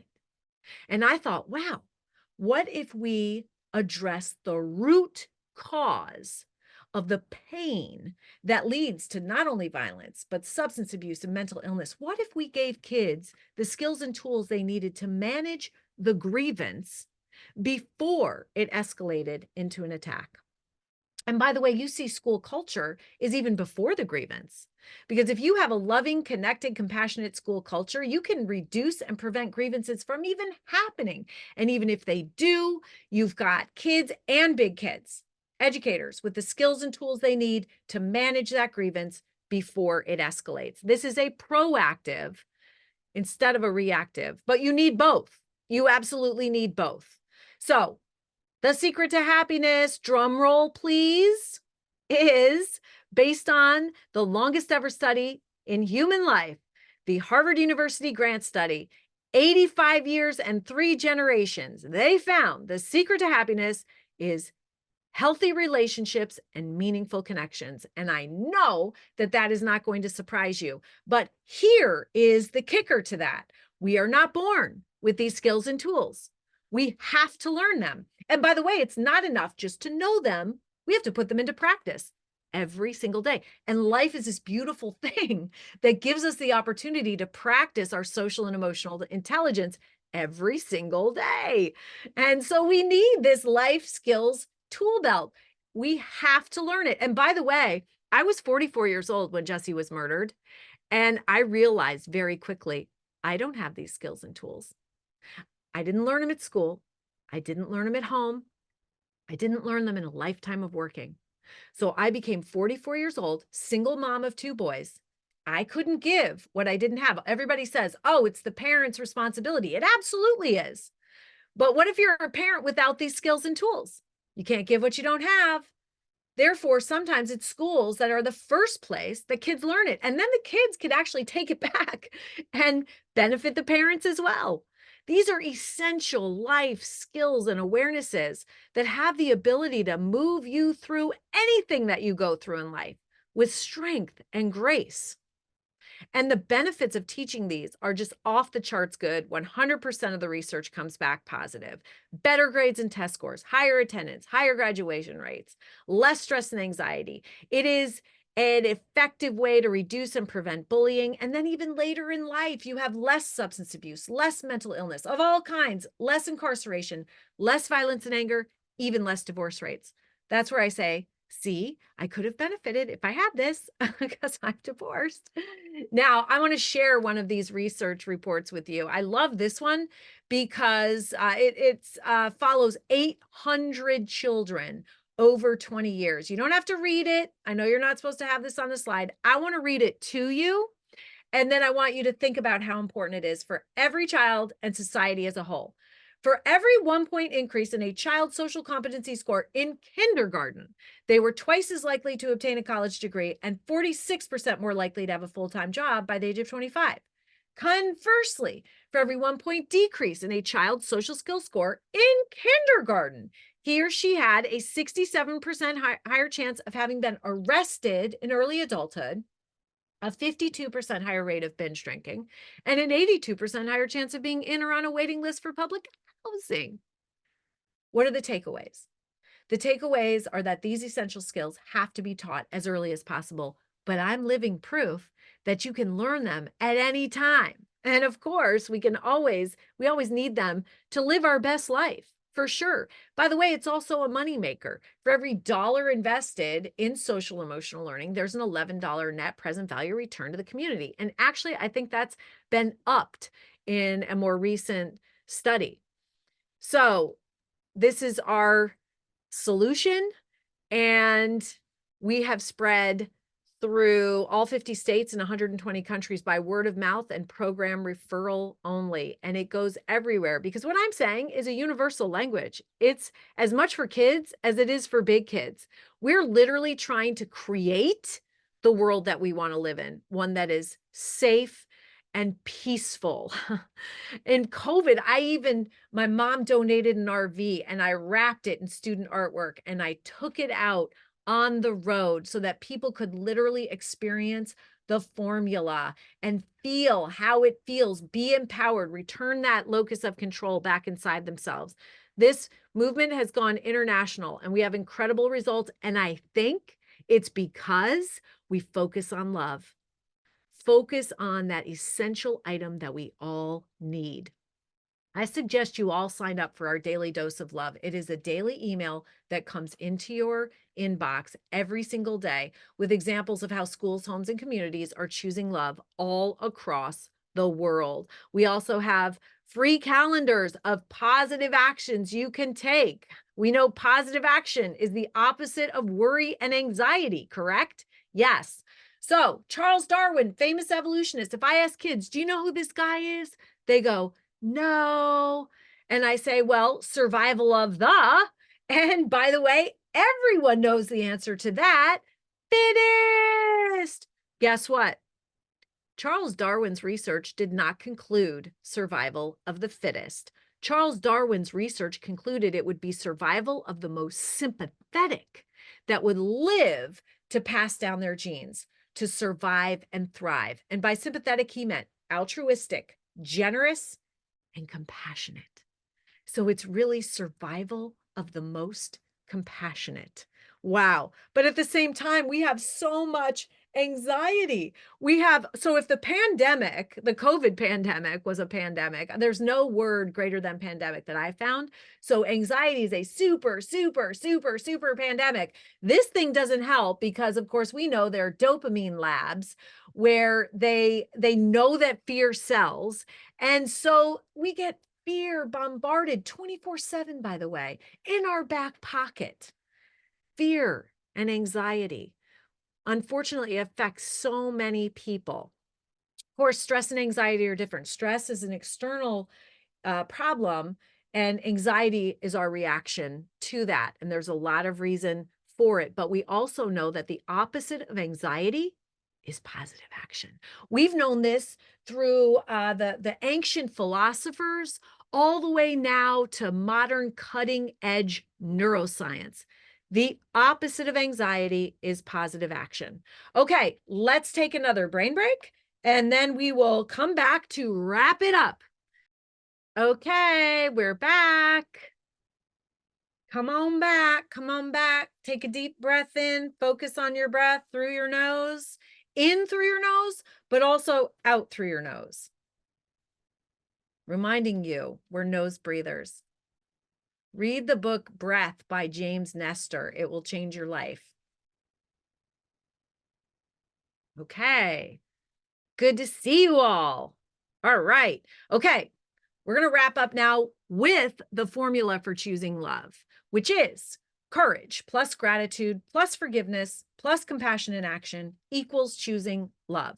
And this is a translation, by the way, of Jesse's example of courage and his message of nurturing, healing, love. Nurturing means loving kindness and gratitude. Healing literally means forgiveness, and love is compassion in action.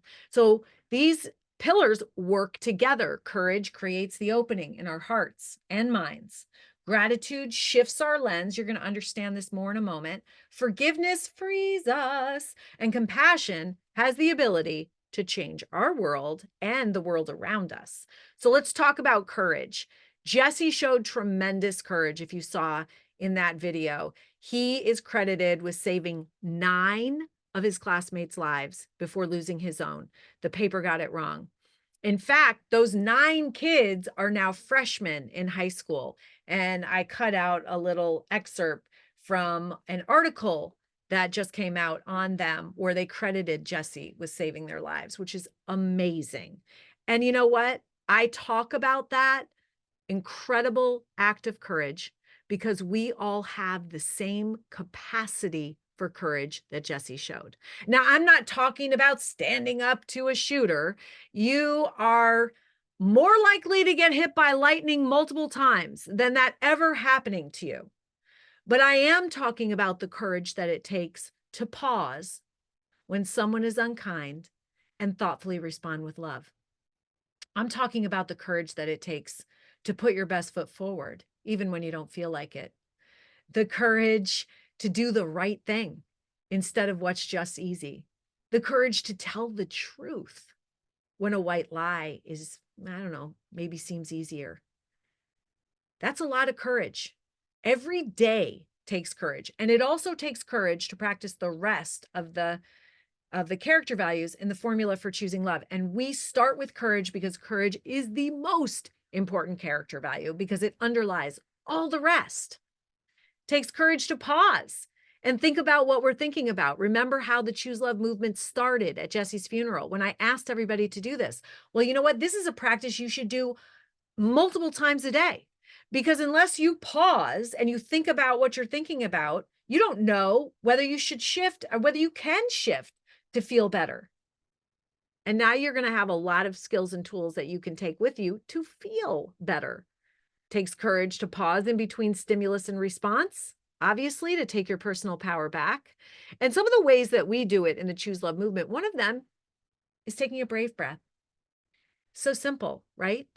Taking a brave breath, putting your hand on your heart, another hand on your power center, which is right below your belly, and feeling your belly expand and contract like a balloon.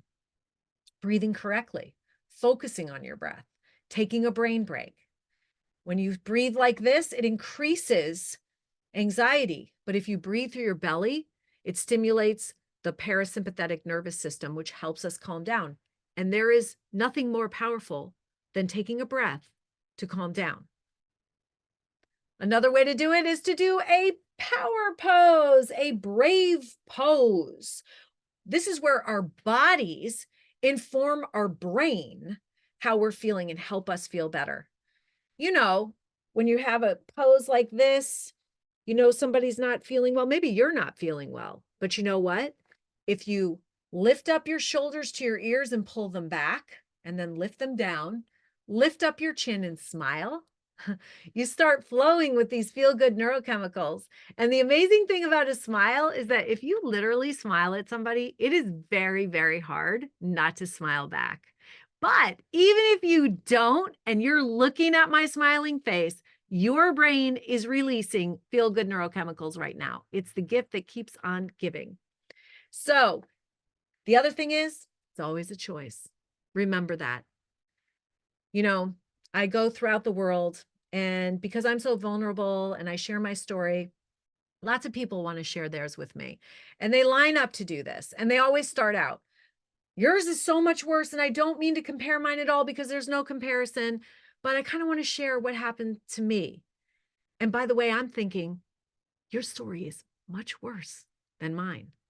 Bad things happen to good people. Unfortunately, we can't always choose what happens to us. However, it's not so much about what happens to us in life. It's about how we choose to thoughtfully respond. That's where our growth and freedom lies. And there are tons of research behind practicing courage. It gives us more confidence, a sense of leadership. It helps us be upstanders, helps us feel good and master our emotions, accomplish things and make good choices, helps us overcome fear and find balance. And there's even research to show when we have the courage to stand up to bullying behavior, that behavior stops within 10 seconds. And by the way, I have tried this and it works. So we definitely need courage to be grateful when things aren't going our way. We use gratitude as the great mind shifter. So all those thoughts that go through your head, single file, by the way, because you can only focus on one thought at a time, the majority of which are negative and repetitive. You can only focus on one thought at a time. I need to say that again. Not many people know this, and it is also a superpower knowing that we have. Because if we know that and we don't feel good, we check in, we're having a lower energy thought, we can literally think of something that we're grateful for. This shifts our lens from negative to positive. Gratitude is so powerful, and there's always something to be grateful for, even in the darkest of times. I just found this journal that JT and I use. It was literally just a notebook. And we started writing 3 gratitudes, each of us, at night. This was right after Jesse died. And we did this every night. And it's so interesting for me to go back and see what we were grateful for. Even in the worst time of our lives, there was still so much to be grateful for. And when you practice gratitude, it strengthens you from the inside out. It makes you resilient. And also, by the way, helps you prepare for the next character value. But let's go through the research first. You see, there's emotional, social, career-wise, health-wise, personality-wise benefits from practicing gratitude. And it's not happiness that makes us grateful. It's actually practicing gratitude that makes us happier. Let's talk about forgiveness for a moment, because when people heard I wanted to put forgiveness in the program, all the big kids, all the adults said, there's no way you can teach forgiveness to kids. It's way too lofty a subject. But guess what? It's kids' favorite character value, and it's the one that they practice every day, all day long. And when I ask, because it's surprising to me too, they say, oh, forgiveness? It's a superpower. It feels so good to let it go. Turns out it's the adults that didn't understand forgiveness. See, a lot of us think that forgiveness is a gift that we give somebody who hurt us that doesn't deserve it. When, if you look at the decades of research behind the benefits of forgiveness, it's a gift that you give yourself. And it's the key to resilience. It's like cutting the cord that attaches you to pain. And I use this picture with kids. I say, do you know how are monkeys caught in India for thousands of years? Well, they take a coconut, they chop off the top, just make a little hole right there. And then they put the monkey's favorite food in it, let's say a piece of banana. And then they go hide behind a bush. The monkey walks over, looks in the coconut, sticks his little hand down in there, grabs the banana, and won't let go. Can't get the hand out because now with the fist, it won't fit through that hole. All the guy hiding has to do is come out, pick up the monkey and the coconut and put it in a cage. And that's kind of like us with our pain. Yes, we've had painful experiences in our past, all of us, but we hold on to that pain like that monkey holds on to that banana.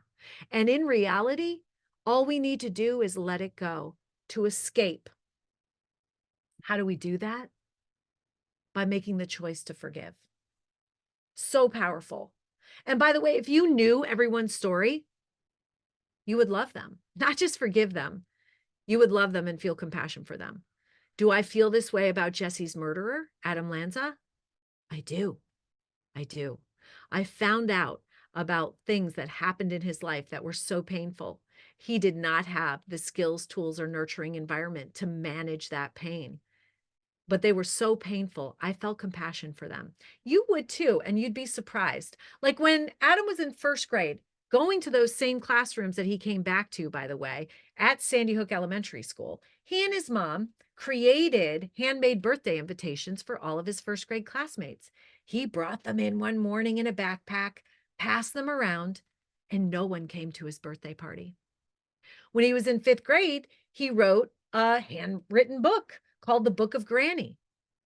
It was a story about a witch that came to Sandy Hook Elementary School with a broomstick. This broomstick opened into a semi-automatic weapon and she murdered children. Well, he turned this in, but nobody said anything. Nobody ever helped him. And what was he saying? This is in my mind. So you can understand why the anger started to brew. And it made me feel compassion for him. It actually led me to my philosophy that there are only two kinds of people in this world. They're good people like you and I, showing up, talking about this stuff, but they're also good people in pain. Because we know that hurt people and healed people heal people. So check out the decades of research, and this is only a partial list. The number one benefit of practicing forgiveness is healthier relationships. Where have I heard that before? Oh, right. Harvard University's 85-year longitudinal study that showed that healthy relationships was the key to happiness. Ooh, see how this is all coming together? When you forgive, you have less anger, greater physical and psychological well-being, less anxiety, stress, and hostility, lower blood pressure, fewer symptoms of depression, a stronger immune system. Hey, I hear that there's another wave coming through, improved heart health, higher self-esteem, and it extends your lifespan. You know something has to be very powerful if it extends your lifespan. Now, the final character value in the formula for choosing love is, drumroll please, compassion in action. Compassion has two components. It's the identification component of a need or a suffering within yourself or someone else. And then there's the action component. We say in action because we want to focus on that action. Why? Because when you have the courage to step outside of your busyness, distraction, even your own pain and suffering to help somebody else, you help and heal yourself. Do you know that if everyone knew this, we would live in a different world? This is a really powerful teaching right here. When you help others, you help and heal yourself. I know this for a fact. What's the opposite of loneliness? This super pandemic of loneliness that's going on and disconnection? An outward focus. And by the way, it's the hardest time when you feel lonely, when you feel anxious, you want to just curl up in a ball. It is such a hard feeling. And that's the hardest time, is when you need the most courage to step outside of that feeling. But when you do, and you help somebody else, you help and heal yourself. There's a great book, another great book called The Wonder Drug. Now, I actually was in an executive leadership course with a man who had just been healed of stage 4 pancreatic cancer by Dr. Mazzarelli. And he said his doctor had just written this great book. And so, of course, I'm the type of person that I'm like downloading it on Audibles on the way home to the hotel and listening to it. Now, this is the first time that all of the research on compassion has been put in one place, and it is astounding. You know, these doctors, they knew that when they gave their patients compassion, that they had better outcomes. But they actually wanted to know, what's the least amount of time that we have to spend with a patient where they get the majority of benefit? The least amount of time that we have to be present and show compassion where the patient gets the majority of benefit. And guess what? It was 40 seconds. 40 seconds of compassion. Where the patients got the majority of benefit. But guess what happened that was completely unexpected in this experiment? The doctors received benefit as well. Wow, think about this. 40 seconds. 40 seconds just to make somebody feel seen, safe, seen, and celebrated gives the majority of benefits. Not just for patients, but for students as well in education. Here's what else they found, really interesting. I remember when I was working in all my jobs, oh my gosh, I couldn't wait for the weekend. I couldn't wait for vacation. Educators can't wait for summer break. This is actually called escapism. What's wrong with escapism as a coping mechanism? Well, the problem is you go back and you deal with the exact same thing, right? Well, what did this book say? What did the science behind compassion say? The science behind compassion said, actually, if you lean into your job with compassion, you get more out of it and you help and heal yourself and you enjoy your job more. You don't have to rely on escapism. You actually enjoy and receive more benefit. Now, I know people experience stress, burnout, and fatigue. I love the definition on the left rather than the right. Stress is a disconnect between the situation and our perceived resources to handle that situation. By the way, you can never say, I'm so stressed out again, because there are two types of stress, if you didn't know. There is distress. Distress is usually a smaller part of the stress that we experience every day. When you have distress that is severe, you need to ask for help. But the majority of our stress every day is eustress. And we need stress, by the way, to get out of bed. And eustress actually leads to greater resilience. We actually need eustress. It's what helps us grow. It gets us out of our comfort zone. So very important. So by the way, whenever you say now, oh gosh, I'm so stressed out, or a colleague says I'm so stressed out, ask the question, is it a challenge? Is it a challenge of your job? Is it a challenge of your relationship? Is it eustress, or is it a threat? Because if it's a threat, you need to ask for help, and you can help your students with this as well. By the way, there have been lots of articles in the medical and the education field talking about compassion burnout, but the research shows there's no such thing. There's actually empathy burnout though. So when you feel empathy, which means you're stepping into another person's shoes and you're feeling their pain, it lights up the same receptors in your brain as physical pain. It is a painful process. We can only feel somebody else's pain for so long, and then we have to turn away. Compassion, however, lights up the reward receptors in our brain. Compassion actually strengthens us. Compassion doesn't mean we have to take on somebody else's pain. Compassion means that we identify with the need and we act to solve. That strengthens us. Please remember this as you go forward in your job. There's also more research from Harvard University that shows that when we're aware of the benefits of something, we experience them on an exponential level. So here you go. Here are the benefits of being in the field of education, because this is written into the job description. When you do for others, it makes you feel happy. It releases oxytocin and other feel-good neurochemicals that mimic a runner's high. It's good for your health and well-being. It promotes cooperation. It cultivates connection. Connection is love. It's fulfilling. What you give, you get back in spades. It evokes gratitude. Hey, it's contagious. It creates a ripple effect. It counteracts depression, anger, and anxiety. It reduces and relieves stress. By the way, this is when we do something for someone else that's kind. It increases self-confidence. It gives us a sense of purpose, better physical, mental, and emotional pain management. And studies show a 22% reduction in mortality when we give to others, when we do something for someone else that's kind. So this starts with you. Everything that's going on in our world, we're responsible for. And it starts right here. And the Choose Love formula can help you show up and put your best foot forward. Take your personal power back in any situation, circumstance, or interaction. Use that pain as a purpose to help you grow. And this creates a ripple effect from you. When you thoughtfully respond with love, this ripples out to make a safer, more peaceful, and loving world. Now, Jesse left another message. When I was finding that nurturing, healing love, JT, who was 12 years old at the time and Jesse's older brother, actually went into his room and found this little piece of paper that was all tightly folded on his desk. And it said, "Have a lot of fun." Wow, what a beautiful message from a little brother to a big brother, but also so powerful for us, because in reality, the two most important things that we do every single day are choosing love as a thoughtful response. That's when we are our highest and best version of ourselves, working from our prefrontal cortex and learning and growing through difficulty in our lives and having a lot of fun. So here's your call to action.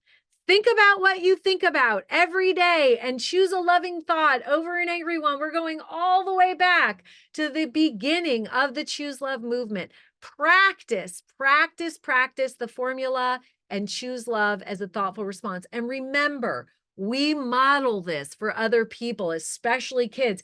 Kids are watching our every single move, and speaking is only 7% of communication. The rest is body language, gesticulation, facial expression, even the energy which we show up with. We are modeling. And when we're consciously aware that we're modeling Choose Love, it helps us rise to every occasion and be the best version of ourselves.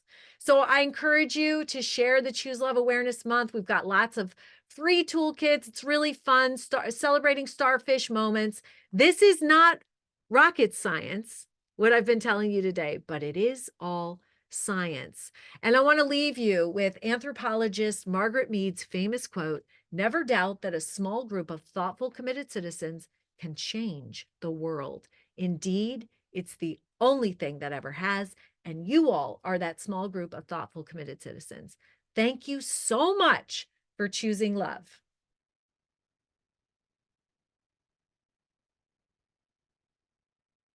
Okay, so I'm going to stop sharing and I am going to open it up for questions. I will pull up the chat box. I'll read through some of the thoughts.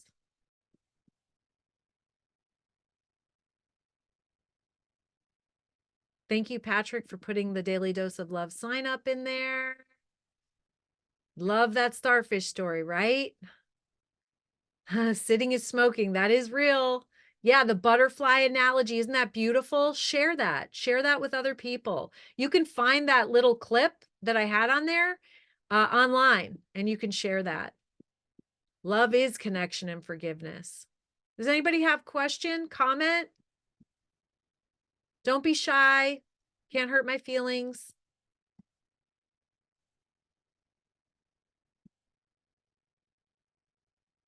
You guys can unmute if you have a question. You can ask it in the chat as well. I'll look in the Padlet. Hi, Scarlett. Hi, How are you? I'm good. How are you? Good. Just thank you. I want to say thank you to you for all the work that you've done and the choices that you're choosing to make. And with all of the things that you're doing to pour into humanity worldwide, Thank my you. question back to you is, how is your heart and how do you personally continue to manage through to continue on your journey, but to also lift others? I really appreciate that question. Thank you. And I practice the formula every single day. And I can tell you that that compassion in action piece, when you do for others, you help and heal yourself.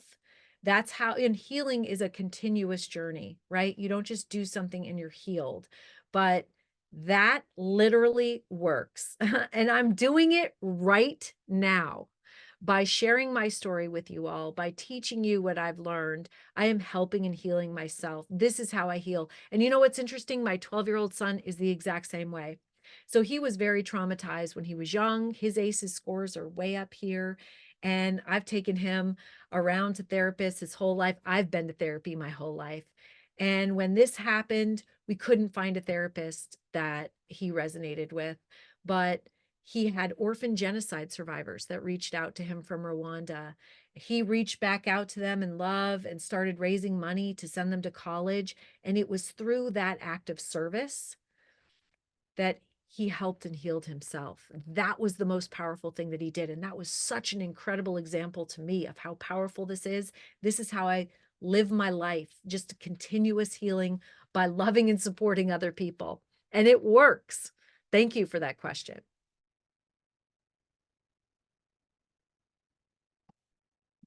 Anyone else? Hey, this is Lauren. Any thoughts on, as you've watched kind of people maybe change based on some of what you've presented, like any stories or thoughts on that transition for people? Like someone that maybe started somewhere and brought themselves into something different through like really embodying what you're sharing? Yes, what a great question. So I remember Waterbury is kind of a tough city and it's in Connecticut. It's by me. There was an educator that started teaching Choose Love in the high school.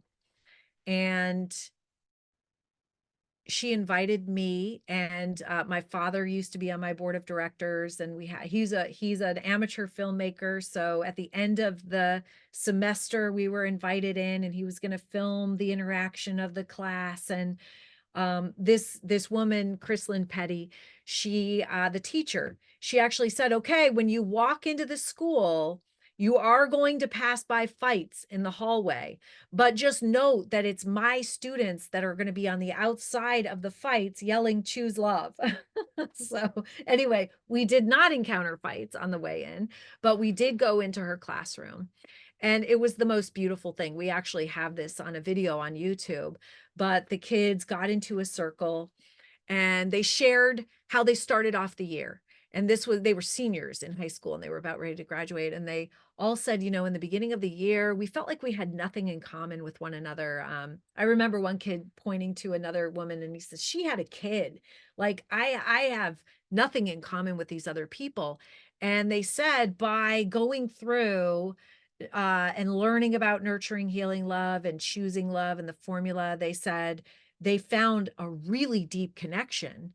And they shared with me that they were now fearing that they would lose that connection when they left high school. And I said, you know what? My best friends are still from high school. So you have to work at relationships, but you can still have them. And then come to find out, there was a young man in that classroom that had attempted suicide.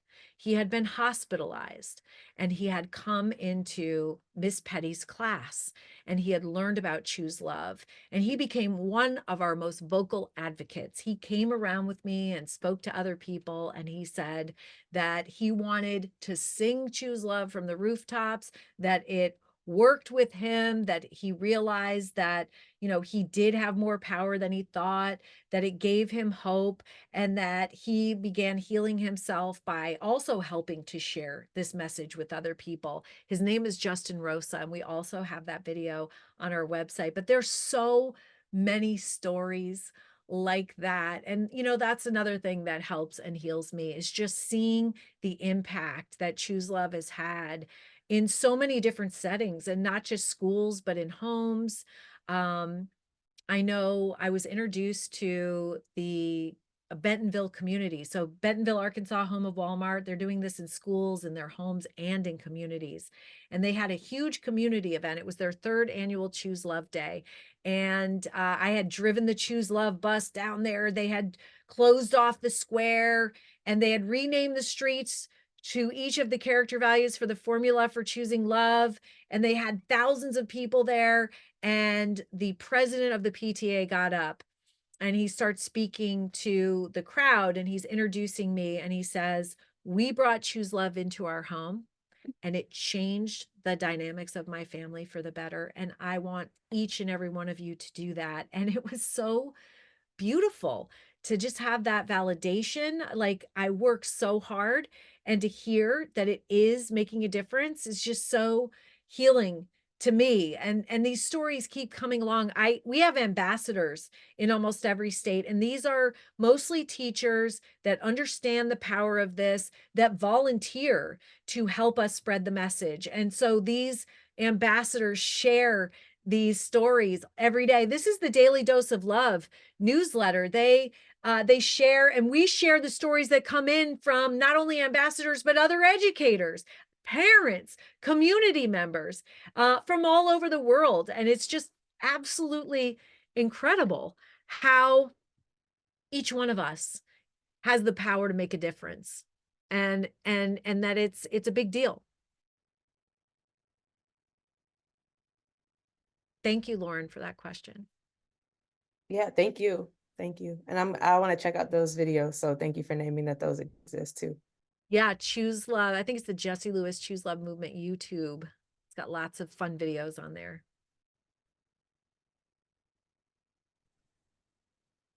Anyone else? Charlotte, I want to thank you for, this is Heather.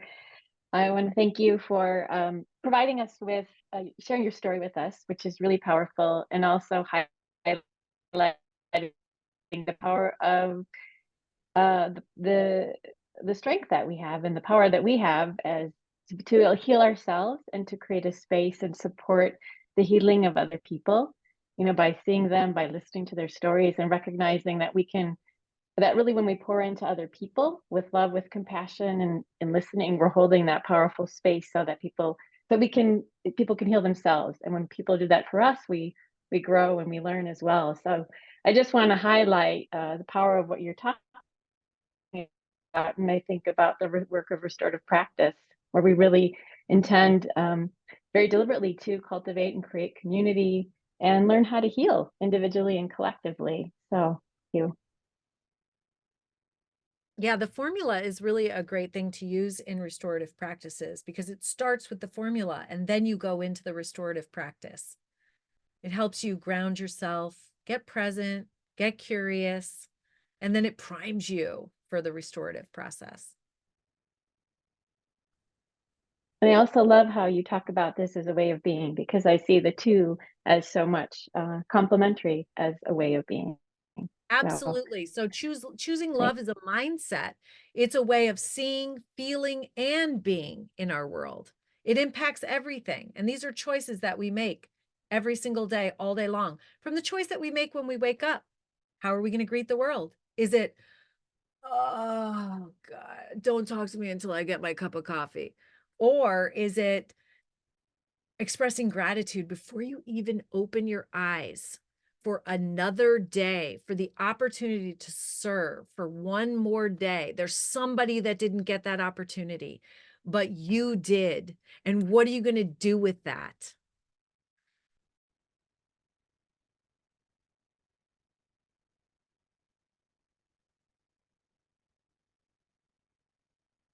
Any other questions?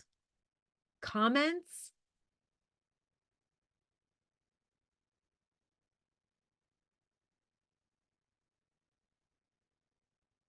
What did y'all think? Thumbs up, thumbs down? All right, cool. That's awesome. Ooh, I saw a couple 2 thumbs up. Thanks, Lois. Lois. It was rejuvenating. So thank you. Your pour and your share was revitalizing. Awesome. Thank you. I'm so glad. Yeah, thank you, Scarlett. It was nice to see you in action. I just love the way that you present too. So I maybe am thinking about another question that's for our leaders that's maybe less related to the topic, but more related to like kind of your process. In that we are all like here as leaders, right? So our job here is not to like just kind of receive this for ourselves, but to take this back. Like, how did you, from like a little bit more of a maybe technical process, like what has growing that been like? Like how did you take your story and like put it into a presentation to get to a place where you can like present and share knowledge? Because that's going to be the call to action, I think, for us as well, is to think about how we leverage our stories and experiences and bring this level of energy and clarity and excitement in the way that we present. So any like leadership tips that you might have for us? Yeah, I mean, I think I had to figure out what worked for myself. And I looked and I saw what we were doing in the world wasn't working. So what could work? What was a different way? I didn't want to go down, do the same thing over and over, expecting a different result. And so I really looked internally at what worked for me. And then I did research on it. So I am considered a subject matter expert, but not just because I experienced post-traumatic growth, because I married post-traumatic growth and the way that I did this in this formula with science. And so it has that tremendous scientific backing. And I think that, this presentation is very similar to the one that I gave in the beginning, but I've been adding a little bit to it because, of course, I'm adding to my knowledge. And I think that, making it your own and using your own story, having the vulnerability to share your pain. I think we don't often realize that pain is an incredibly powerful connector. And that being vulnerable, it takes courage to be vulnerable. And as leaders, we think, oh, we don't want to be that. But if we can be that, then we have this, incredible connection. When you're vulnerable, you open hearts, and then opening hearts opens minds to what you're saying. So you're not coming in as a leader saying, you need to do this, because immediately you'll get resistance.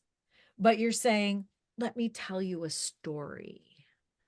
And you're sharing, and people see themselves in you. They see themselves in your healing process.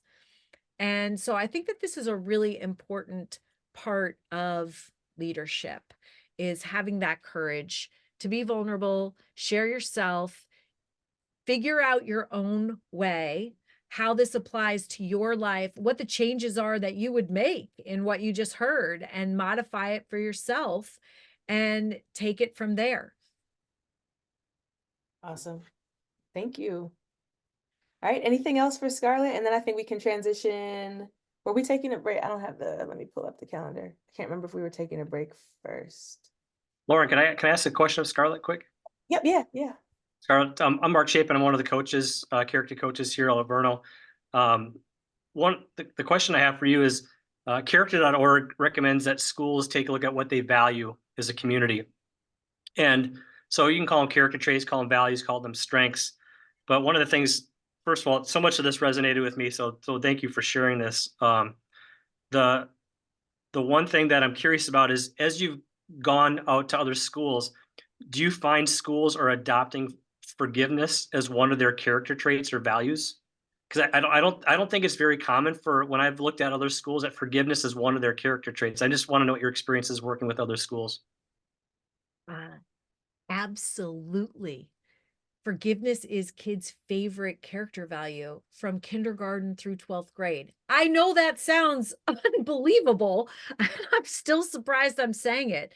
But yes, yes, because of the origin of this whole movement, because of the way that our programming is, it's incredible how schools have literally incorporated their logo with ours. And they wear the formula on t-shirts. They put it up on their walls. It's because it's universal. Anybody can do that. And yeah, forgiveness is something that I was told to stay away from because kids wouldn't be able to understand it. But literally what I found is that's because we don't understand it. But when you go through and you teach what it is, kids love it and they're great at it and they let it go. And so absolutely forgiveness. And well, if you're choosing love, forgiveness is one of the character values. And we're in tons of schools. And, you know, the educators, we designed the program so that the educators learn alongside the students. They're either learning, because remember, I didn't know this. So we can get to be adults and not know. So they're learning alongside the students and practicing. Because even if you know it, do you put it into practice every day? No, we don't always do that. We're not perfect, but it's a great reminder. So you learn and then you practice. And by the way, with practice, you are rewiring your brain. Every time you choose love, you are strengthening those neural pathways and you are pruning from the fear neural pathways. So, you know, to answer your question, absolutely. Yes, all 4 of these character values become the character values of the school, or they may be incorporated into what the school's already doing, because this is love. So it fits like a glove. And you see how forgiveness can be used directly with reconciliation. It's part of that process, but you have to know how to do it.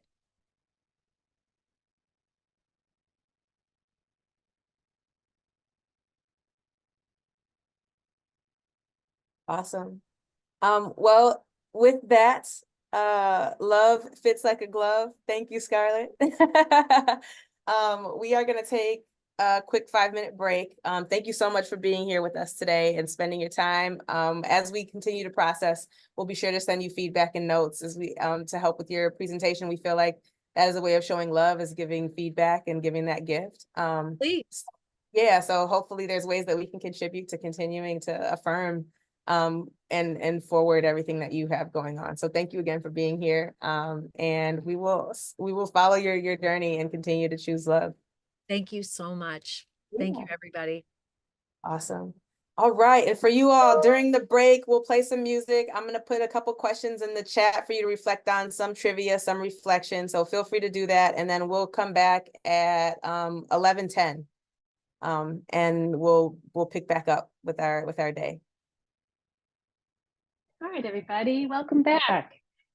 So our intention today is really to create multiple ways for you to engage with this experience and think about what's resonating, what's touching your heart, what's connecting with you in your personal life, what's connecting with you in your work in school, in your community, and thinking specifically about the LACES goals that you've created and what you're cultivating with your team, and thinking about how this work lands in there.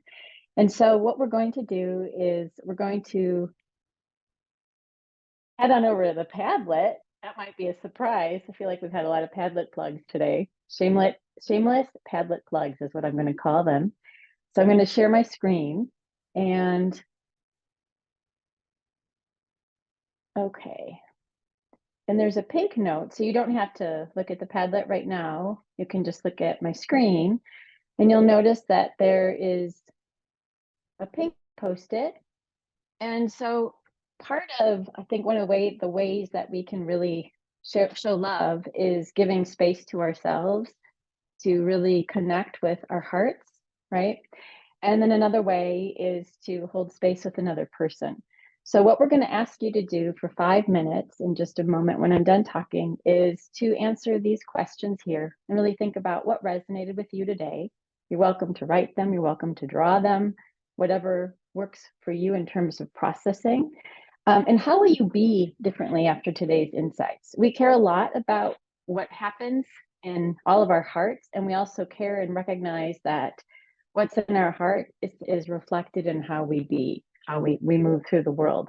So take a look at your notes from the presentation, if you took some on the side, if you took them in the Padlet, and then really think deliberately, because we want to know how to best support you as coaches, and how can your coach support you in bringing what you learn to life as you implement your LACE's team goals. So think about that individually on your own, and then we'll give you 5 minutes just to do that. And then we'll go ahead and we're going to do a pair share. We're going to randomly put you with another person, and I think there's 25 of us, maybe 26 now. So that you'll either have a pair, hopefully just all pairs, and if not, there'll be one group of 3. And share your answers. But we ask that you do this. So out of love is, I think listening is love, right? So listen without interrupting and really think about equity of voice. And so giving each person about 3 minutes to answer each question. Okay? So does anyone have any questions about that? Okay. So I'm going to invite you all to, I'm going to share this Padlet link again. Actually, I'm not, because I just closed it. Lauren, would you mind sharing the Padlet link? Yep, With it's in everybody there. in the chat? Yep. Oh, thank you so much. Okay, everybody. And I'm going to send you off to your, let me get a people count one more time before I create breakout rooms. Okay. So enjoy your 5 minutes, and then we will let you know when breakout rooms are open. And all you have to do is click on the screen and you'll meet your person. Okay. So we'll come back here together at 11:20. There was like a resource that they're working on or that creating that kind of gives tools according to the principle. And it's very aligned to what I'd like for us to spend the next few minutes doing, which is looking at some of the notes that you took during the session, revisiting the Padlet, and trying to put some of those notes into the designated principle that you feel like it aligns to, because we want to kind of try to move the learning from this morning into action in a very strategic and inclusive way. So I'm going to shut up. What I'm asking you all to do is jump back into the Padlet, and you all might need that link again. So let me get that link for you, unless someone else has it handy and can drop it in the chat. Back into the Padlet. Look at the notes that you took on paper, I'm assuming, because I didn't see a ton of notes in the Padlet itself. So I'm assuming you all took more notes just kind of like on your own paper. But when you get back into the Padlet, click on the link that takes you to the 11 principles. So that link it says, please follow this link to add notes related to Scarlett Lewis presentation. When you go in here, transfer the notes that you took under the principle or principles that you feel like best connect with the note that you took, or can best represent how you might take that note into action through a principle. Does that make sense? What questions exist and the directions? Are there any? It makes sense in my mind, but that doesn't mean that it makes sense for everybody else. Does everybody understand the ask? Thumbs up, thumbs down? Okay. Okay, cool. I'll play a little music. Get as much in there. This is a shared resource. This is a way for us to kind of pour into each other, a way for us to see how we interpreted what we heard. I think that's a beautiful reflection piece, because we can all like watch the same presentation and take different things out of it. And so we're really giving to each other if we're able to take our interpretation of what happened and put it into action. So I'm going to watch stuff populate. Let me know if you have any questions. Otherwise, let's start there. And then I'll bring us back in about like 5 to 7 minutes. Okay, all right. Looks like we're looking for more thoughts under, I think Principle 6 could use some more thoughts. Principle 8 could use some more thoughts. Principle 10 and could also use some more thoughts. So if you all are still thinking about kind of or want some guidelines around how to reflect, if you could look at Principle 6, 8, and 10 and think about this morning and how what you learned this morning could be connected to either of those principles, that would be great to add to help us out.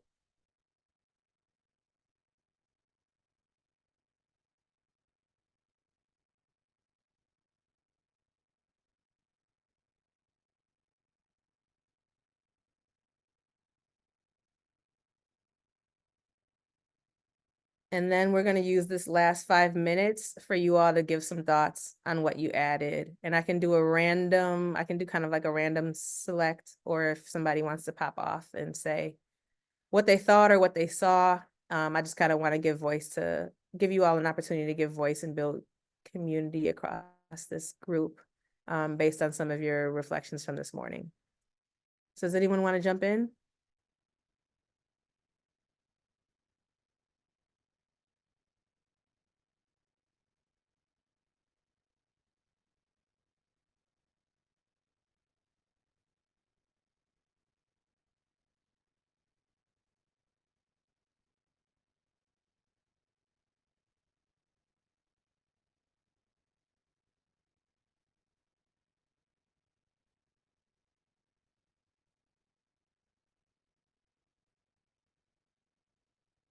Lois, why don't you jump in with giving voice to one of your reflections, and then you can pick the next person. Okay. I was just typing, I was gonna add to 8, not there yet, Okay.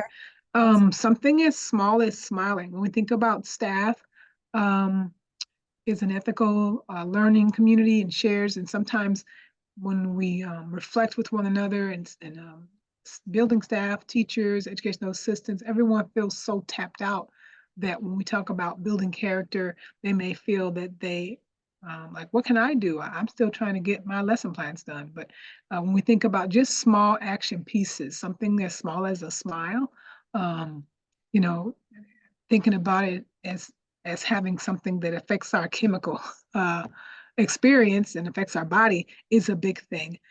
And then being okay with being vulnerable, just being aware of how we interact is more awareness versus plan to do something and do this thing. Nope, just be intentional about smiling more is an action piece. And then if you want to record something, see if you can record how many smiles you get when you smile more, something like that. I like that. And I like the metric piece. That's so true though. That's so true. All of our energy is transferable, and like us being able to get in a mindset that, that we have control and choice, that we can choose to smile, that we can choose to impact others is like, I think really connected to like the lesson today. So I appreciate that, Lois. Who's next, Lois? What do you got? Who's next? I can see my whole screen. Jessica? Just seeing what names I see. There, Jessica. I can't see all of my pictures or faces. Or Amber. I can go. Thanks, Amber. I posted under the caring community, that idea of being safe, seen, and celebrated. Really being able to, that really spoke to me, just making sure that all students, all staff, all stakeholders are all of those things, that they're being seen, that they're feeling safe, and that they're being celebrated on a regular basis. So that was a big point for me that kind of stuck home. Amber, that's so funny because we're from the same district, because that is exactly what I was just telling Stacy. I just had read yours and I was like, oh, hey, that's exactly what I was feeling too, or gonna say. So funny that comes from the same district. I love that. And like, that's totally a metric. Like, that's totally a metric. I think sometimes we don't think about that, but like, let's look at the data related to that. Like, how many people felt safe today? How many people felt seen today? How many people felt celebrated? Can we triangulate those numbers along with like some of the more traditional metrics that we look at, like academic growth or, attendance, things like that, right? And let's actually see if there's a correlation. Like, is there stronger or higher attendance for people who feel seen, safe, and celebrated? I don't know. Like, we could look at this stuff and provide kind of more data and evidence behind that. Thank you all for jumping in. We're at time. So I think it's going to be time to get into the breakout groups. We gave everybody, I think, this 12:45 to 2:00 p.m. time. And I think, what is the best method? Do we just break out within this Zoom? Is that how we normally do it? I'm sorry, I can't remember. Okay. And I can set that up right now, Lauren. Sure. Okay, so Heather can set up that. But in the meantime, so while Heather sets that up, we might have time for like one or two more. Were there anybody else who wanted to weigh in on what they're seeing or thinking related to this morning and the 11 principles?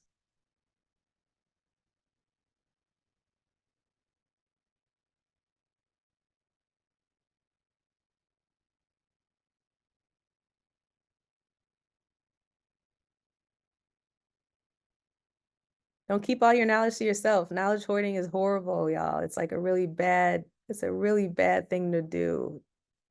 You're supposed to be sharing your information and your process. It's really hard to build relationships looking at names on screens. So somebody lean in here and give us some thoughts. I'll share. I was thinking about just the power of vulnerability and how that opens up spaces. And I think about whether it's in the circle or in conversation, when I know someone else is moving through something, or when I'm moving through something and I just honestly share or honestly offer a reflection, it just creates an open-heartedness. And I just really appreciate this group of people because I've seen this happen within our community here. So I'm grateful. I appreciate that, Heather. All right. Are we close to breakouts? Should we? Sorry, Julie, did you see my note?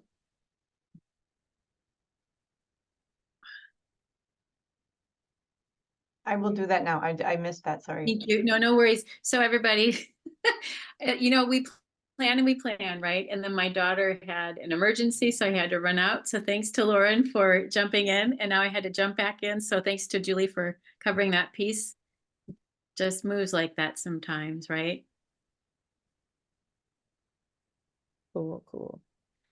Anything else? Thank you so much, Julie. Yeah, thanks. So Julie's making the rooms for us? Okay, cool.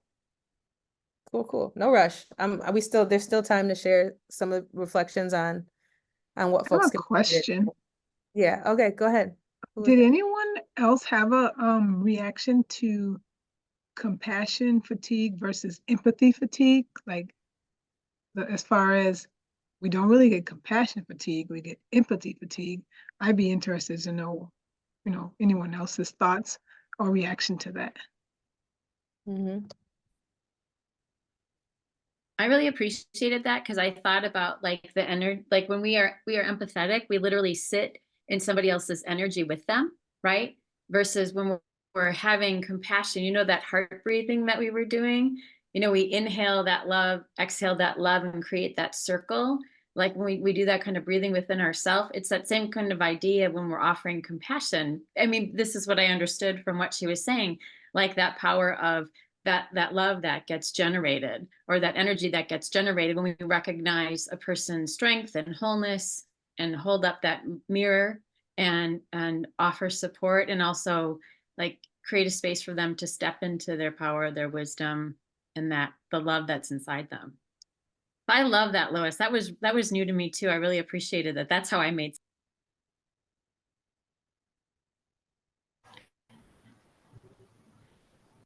That was powerful to me as well. I have noticed in myself that I have carried a lot of that empathetic burnout because of the pain aspect of empathy, and have shut it off. And I've been working to like allow that not to happen so it can move into the compassion part where the real power is. But the pain is real, and but you don't have to hold it. You can feel it and let it pass so that you can grow in the compassion part. Again, that's the Padlet. I'm going to share. Okay, so I'm going to share my screen with you all. And here's what we're going to do. So on this Padlet, if you scroll over, you'll notice the blue sticky note. And when you click on there, you will see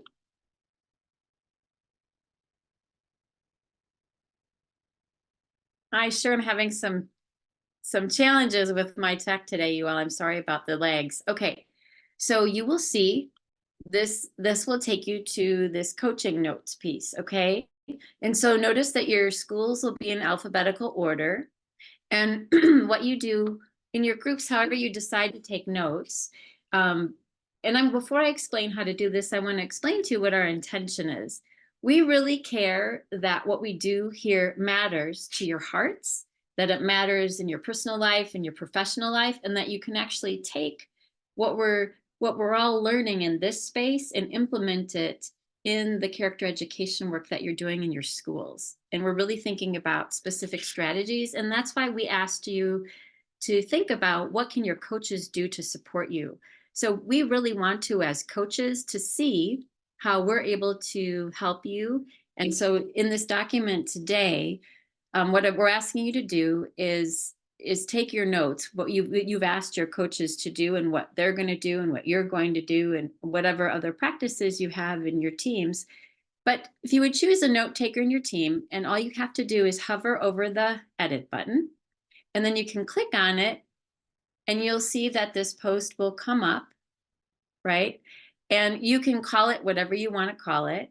I mean, I'm sorry, you don't have to rename it because you're just going to update the post that already exists. And so you're going to write your notes here, right? And we really hope that you're going to focus on the actions that you're doing, right?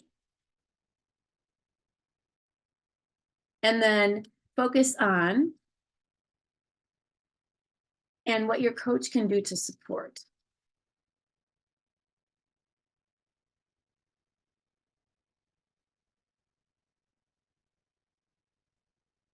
Okay, and then you can click the update button, and then the notes will be saved. And then we're going to be able to look through these documents and really kind of take a look, and it helps us to see connections and patterns. And like Lauren talked about, look at what are your other ways that we can connect as a community. So that's what we're going to do from 2:15 to 3:30. But before we go, what we'd like you to do is to please